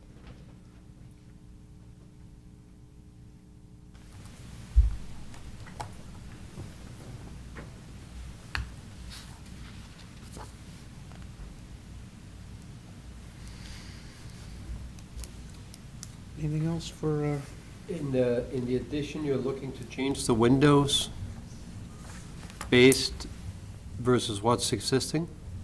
So what's existing right now are 9/2, and you're proposing 2/2? Basically, Is that correct? yes. So in the addition, we're uniformly proposing 2/2. We started with 9/2. Actually, that's what we started first drawing. And then I think at some point we decided to make the addition a little quieter, maybe, from just the richness of facade perspective. And we thought maybe keeping the windows simpler and a little more repetitive maybe would help still preserve or highlight the original house and uniqueness of it, instead of trying to copy that uniqueness. But yeah, I'd be interested to see what you're thinking about that, because it's such you don't see Usually, you don't see that window. it would have been a continuation, right? The 9/2. Sure, that's one approach, yep. I'm just saying usually, I'm not saying it should be. Yeah. So. My only concern in all of this is the top right drawing. That would be what you would be able to see from Main Street, correct? Yeah. So if you look at that garage, from the side of the garage, how do you make sure that that does not necessarily come off as garage? So I think, Like, I was thinking maybe you add another window at the bottom of the garage, so that it doesn't look like a classic garage with your two windows, and then you have your three dormer windows on top. Would that also be a cross gable instead of a shed? So it is more in keeping with the, did you do any studies on something? we actually did, at some point, we had a did. gable dormer coming off of it. I think it could be both. I mean, it could be either. There are sheds on the house. There are shed dormers on the house? That's a good question. I think all the dormers are actually gable dormers. I mean, but to Tomas's point from Main Street, which is really all I'm considering. I look up there and I think, oh, Hansel and Gretel live there. You know, and I want to make sure that that's maintained. You know, I think that's important, and I can appreciate that you're keeping it away from that one picturesque facade and keeping it back from there, because I think that that's a beautiful piece of the house. Yeah, definitely. Do you think a larger gable dormer, single gable dormer, or like a cross gable? Yeah, I was thinking more cross gable that would help, so it doesn't look like a garage with a dormer in it, you know, a side of a garage. And maybe at the same time, take a look at the third window, so maybe you have three windows. That was just, again, trying to like make it not necessarily look like a garage. Yeah, I think we can definitely take a look at those options for the next meeting. Yeah, it's the orientation of the house, you know, that is, you know, I think throwing us a little bit versus Main Street. You know, if this house was, you know, if it was turned, or if it was, you know, the second drawing from the top, you know, if that's the orientation to Main Street, it would be a lot of, you know, it would be a little bit more straightforward, but you know, that's what we're, I think it would be great to go and see it. I mean, does anybody agree? Yeah. Yeah.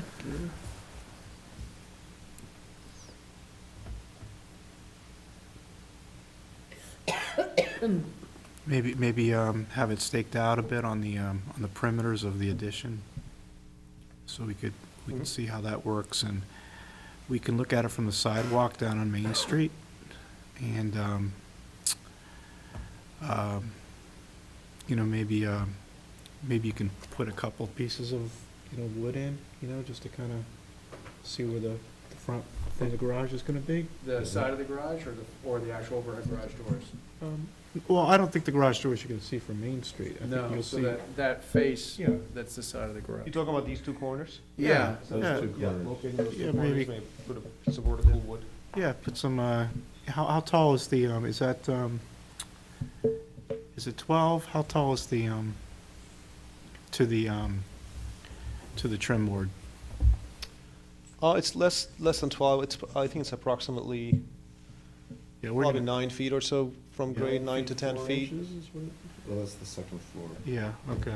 I mean, I can measure that more precisely, but Then approximately. you know, then the roof's gonna recede back, but again, I think it might, I mean, again, you might not be able to see much of this garage. I don't think you will. I don't think so either. So just, I mean, that would help us, And determine what we could see. And I think as Ben mentioned, that almost becomes the most important Yeah. of all the angles. Yeah. And we can just look at the hill up from Main Street, just to make sure we get this right, you know? I think it's worth it. But I think a study of a gable dormer is a valuable suggestion. Yeah, that would be, we can definitely show that to you next time. With the entry in the same direction, correct? Just with the orientation of the. Yes. Yeah, I'm not Okay. looking to, yeah, the garage doors would be on where they are currently, would just Okay. be something different than the shed dormer. So Possibly. you'd be looking up at two gables, one larger for the main house and then maybe one smaller for the garage. Yep. Are you looking to remove the current garage? Oh, that's actually more of a shed. It's Oh. labeled as a garage, but it's Okay. really just a, All right, like a multi-purpose. so that'll stay. Yes. Were there any reservations, but just with having a gable facing the street, when you looked at it, was there any? Actually, concern? when you mentioned the double gable, that was one of the reasons why we went with the shed, because as you know, sometimes Yeah. I think it could work, but it could also be a little bit of a tension between the, so I think it would be important to articulate that a little bit. But we can show you, and maybe we'll show them look at a side by side. You know, you say your garage depth, or that view in the upper right-hand corner, is that greater than the main gable width? It's slightly wider, Okay, but also we have some opportunity to set that cross gable in. It doesn't have to go to the corners, I see. and maybe we have to kind of intentionally make it Maybe do your own overhang. secondary. What's that? Do your own overhang. I'm joking. Yeah. What if it was, I'm just looking, it has smaller gables, some of the other places, what if it was two smaller gables with a small connector? Oh, you're thinking like a Nantucket? Yeah. How does the board generally feel about that? Because I know in the past, there was mixed reviews about Yeah. two separate dormers with the shed in between. It depends a lot on the context of the rest of the building. Yeah. Yeah, I think in the last applicant, that was a much simpler original volume. Mhm. So the Nantucket wasn't speaking to the original volume, but it may to this. And I think it kind of goes with the, What that would playful- Gustav Stickley do? But exactly. Well, yeah, there you go. When you look What at would these he do? houses, and you can definitely see a lot of Right. different roof line and dormer configurations. You know, it's very playful. And if we keep the proportion of those end gables similar to what's existing, it could be a nice way to really differentiate this from the main dormer. So I think that could, yeah, I think that could definitely work. Would you do the garage gable lower or higher than the existing gable? I think I'd have to see it at the site, but you're low on the street, on Main Street, when you're looking up. Yeah. So even if it was lower, it may be. It would appear higher because it's pulled forward. So like maybe a foot or two lower, something like that. I don't know if you're gonna win because it's pulled so much farther forward. You would get to a point where it would just be a first floor. Yep. So to Justin's point, what would Gustav do? And I think that's the answer. So we may never know.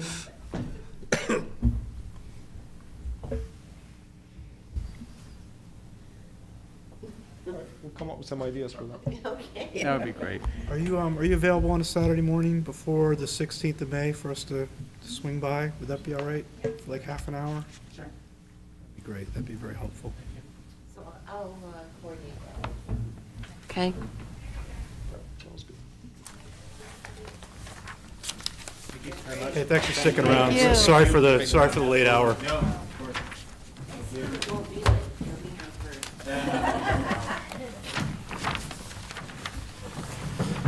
Okay, I think we've got some minutes to go through. Quickly, I had a quick typo. Okay, wait a minute, let me just, Ronnie, wanted us to, let me see. John, I just- this was very helpful, by the way, John.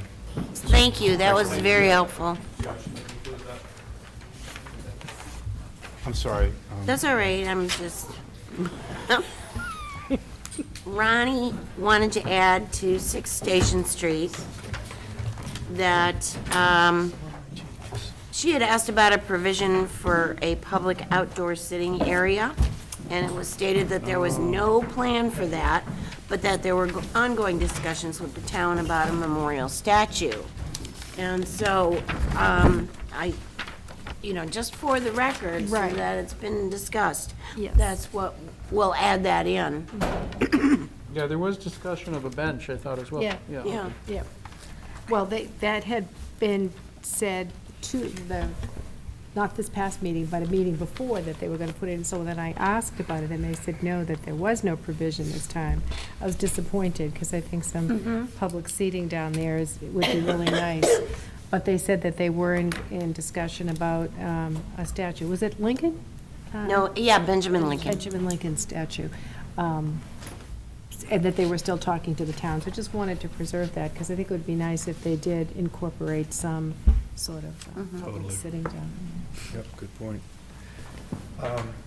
Sherry, second page, if you didn't get this, just a typo. Could be mine. 1, 2, 3, 4, 5 lines down after decision. Modifications rear porch are also approved. Oh, that's mine. That was my mistake, not hers. I was in a Just stutter. a typo. All right. Anything else?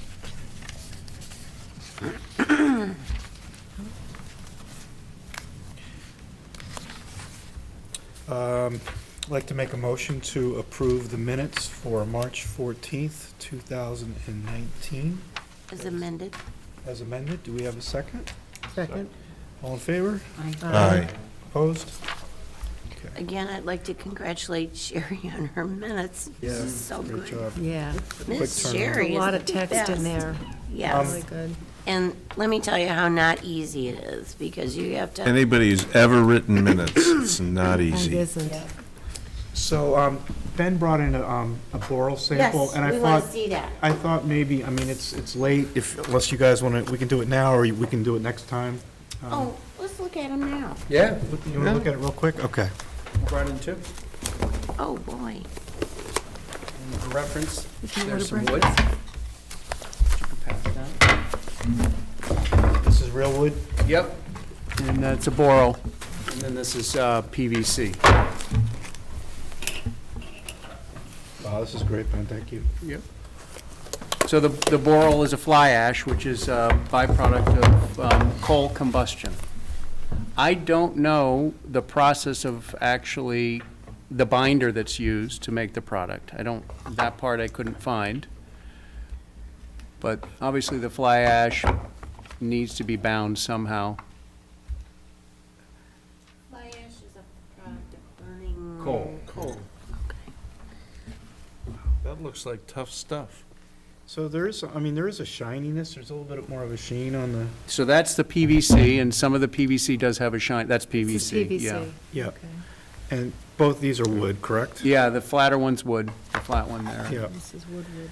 Oh, it's And lush. these Just so are- you can compare and contrast weights as well as, And these are all new, haven't been out in the sun, right, no weather.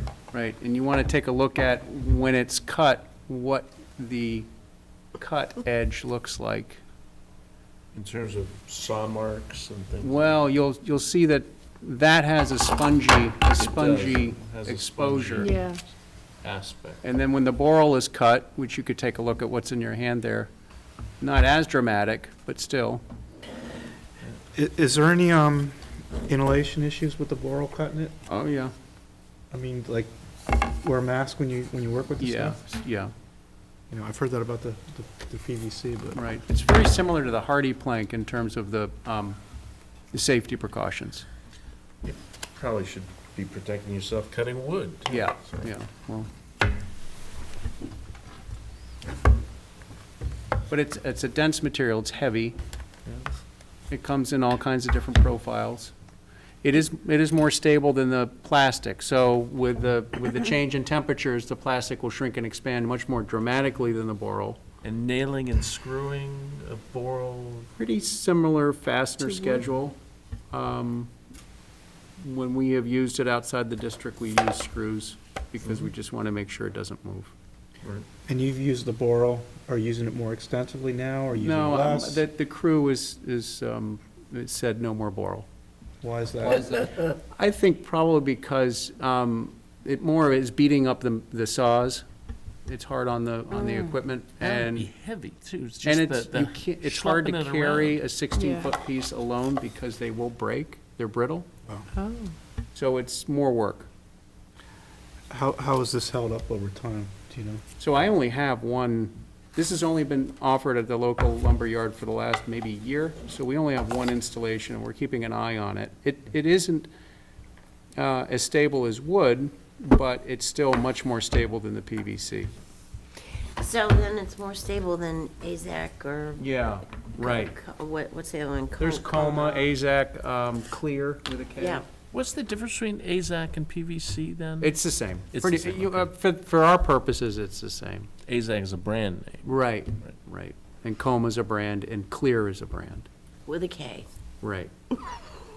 So given the issues that you said you're having and your crew's having with the boral, do you expect us to see more of it or less of it, or? When I asked the guys in the warehouse at the lumber yard, they said that they thought it was more, the reason why it wasn't selling as quickly as they anticipated is because more of education. That as the word gets out, I think they think more and more people will be purchasing it. And then more profiles will become available. More. Does it have any properties like less flammable or? I don't know. Probably. They do question. they do claim that it is a greener product because it's a byproduct than the PVC. And I bet you get some sound deadening quality with it if you were trying to block some noise. Because of the density. The density, dense weight blocks noise. Yeah. But it can be in ground contact, masonry contact. So it is a good alternative to the PVCs. Yeah. So we could recommend, in terms of ground contact, the boral as kind of a More green solution, option. How about its fencing? So I don't know how it would do on fencing. I just don't know if it has, because you need structure. So as a wrap, certainly. Oh, I But see. I don't know if it could handle, because I haven't seen a 4x4 post version of this. Right. It'd be very heavy. So this is the Lincoln Building, right? And Station Street is 6 boral. Station Street. Is Right, boral. and then I think not the bathhouse, but Yeah, what's next to what they're going to build. yeah, that's what they're using, Oh. is the boral.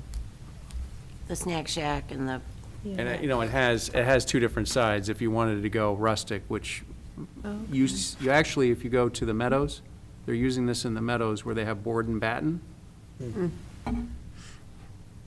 It fools the eye Yeah. once it's painted. So this is a more rustic side. Yeah, I can see it. oh, it really does. Good. Okay, so we'll just continue evaluating on a case-by-case basis with the boral? Is that kind of the suggestion or thought? Weather issues, new construction? But we would only consider this still just for trim, right? Like by the ground, like not for siding or anything like Places that? that we'd approve PVC for otherwise. Correct. So as an Right. alternative to that as opposed to the main structure. And do we have on our agenda somewhere, looking at those Marvin integrity windows, those were Yes. with that wrap? Yeah.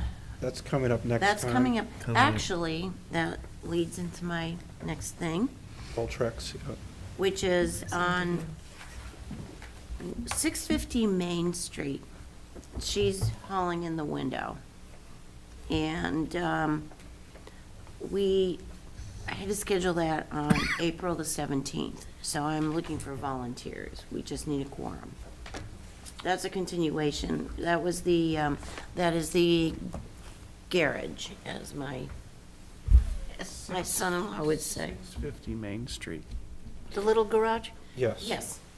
It was, remember, it used to be the post office. Oh. Oh, yeah. Yeah, I'm glad tidings. With that terrific backyard. Yes, and So what do you need? So I had to schedule this on the 17th, which is a Wednesday. It's a week from yesterday, as a matter of fact. It's the one and only thing. Okay. So at 6:30. Yeah, I won't be able to make that. I can't do The 17th, you said? It's the 17th, Wednesday the 17th. Yeah. We just need, Why can't it wait? because she was supposed to be on this time, Oh, and it was just, too much. yeah. So I can be there, Andrea. We need three. I can be there. Okay, basically. good. I can be there. Oh, good, thank you very much. All right, so that's great, and I will send you out a reminder. And so this is all good, and it shouldn't take very long. So we always say. As it strikes 10. Not so bad, not so bad. No, considering the size of the agenda. Yeah, we did have a lot tonight. Okay. so. Anything else? Great job, everyone. Thank you. I'd like to wrap up the Hingham Historic Districts Commission meeting for this evening. We have a second? Second. All in favor? Thank you, everybody. That was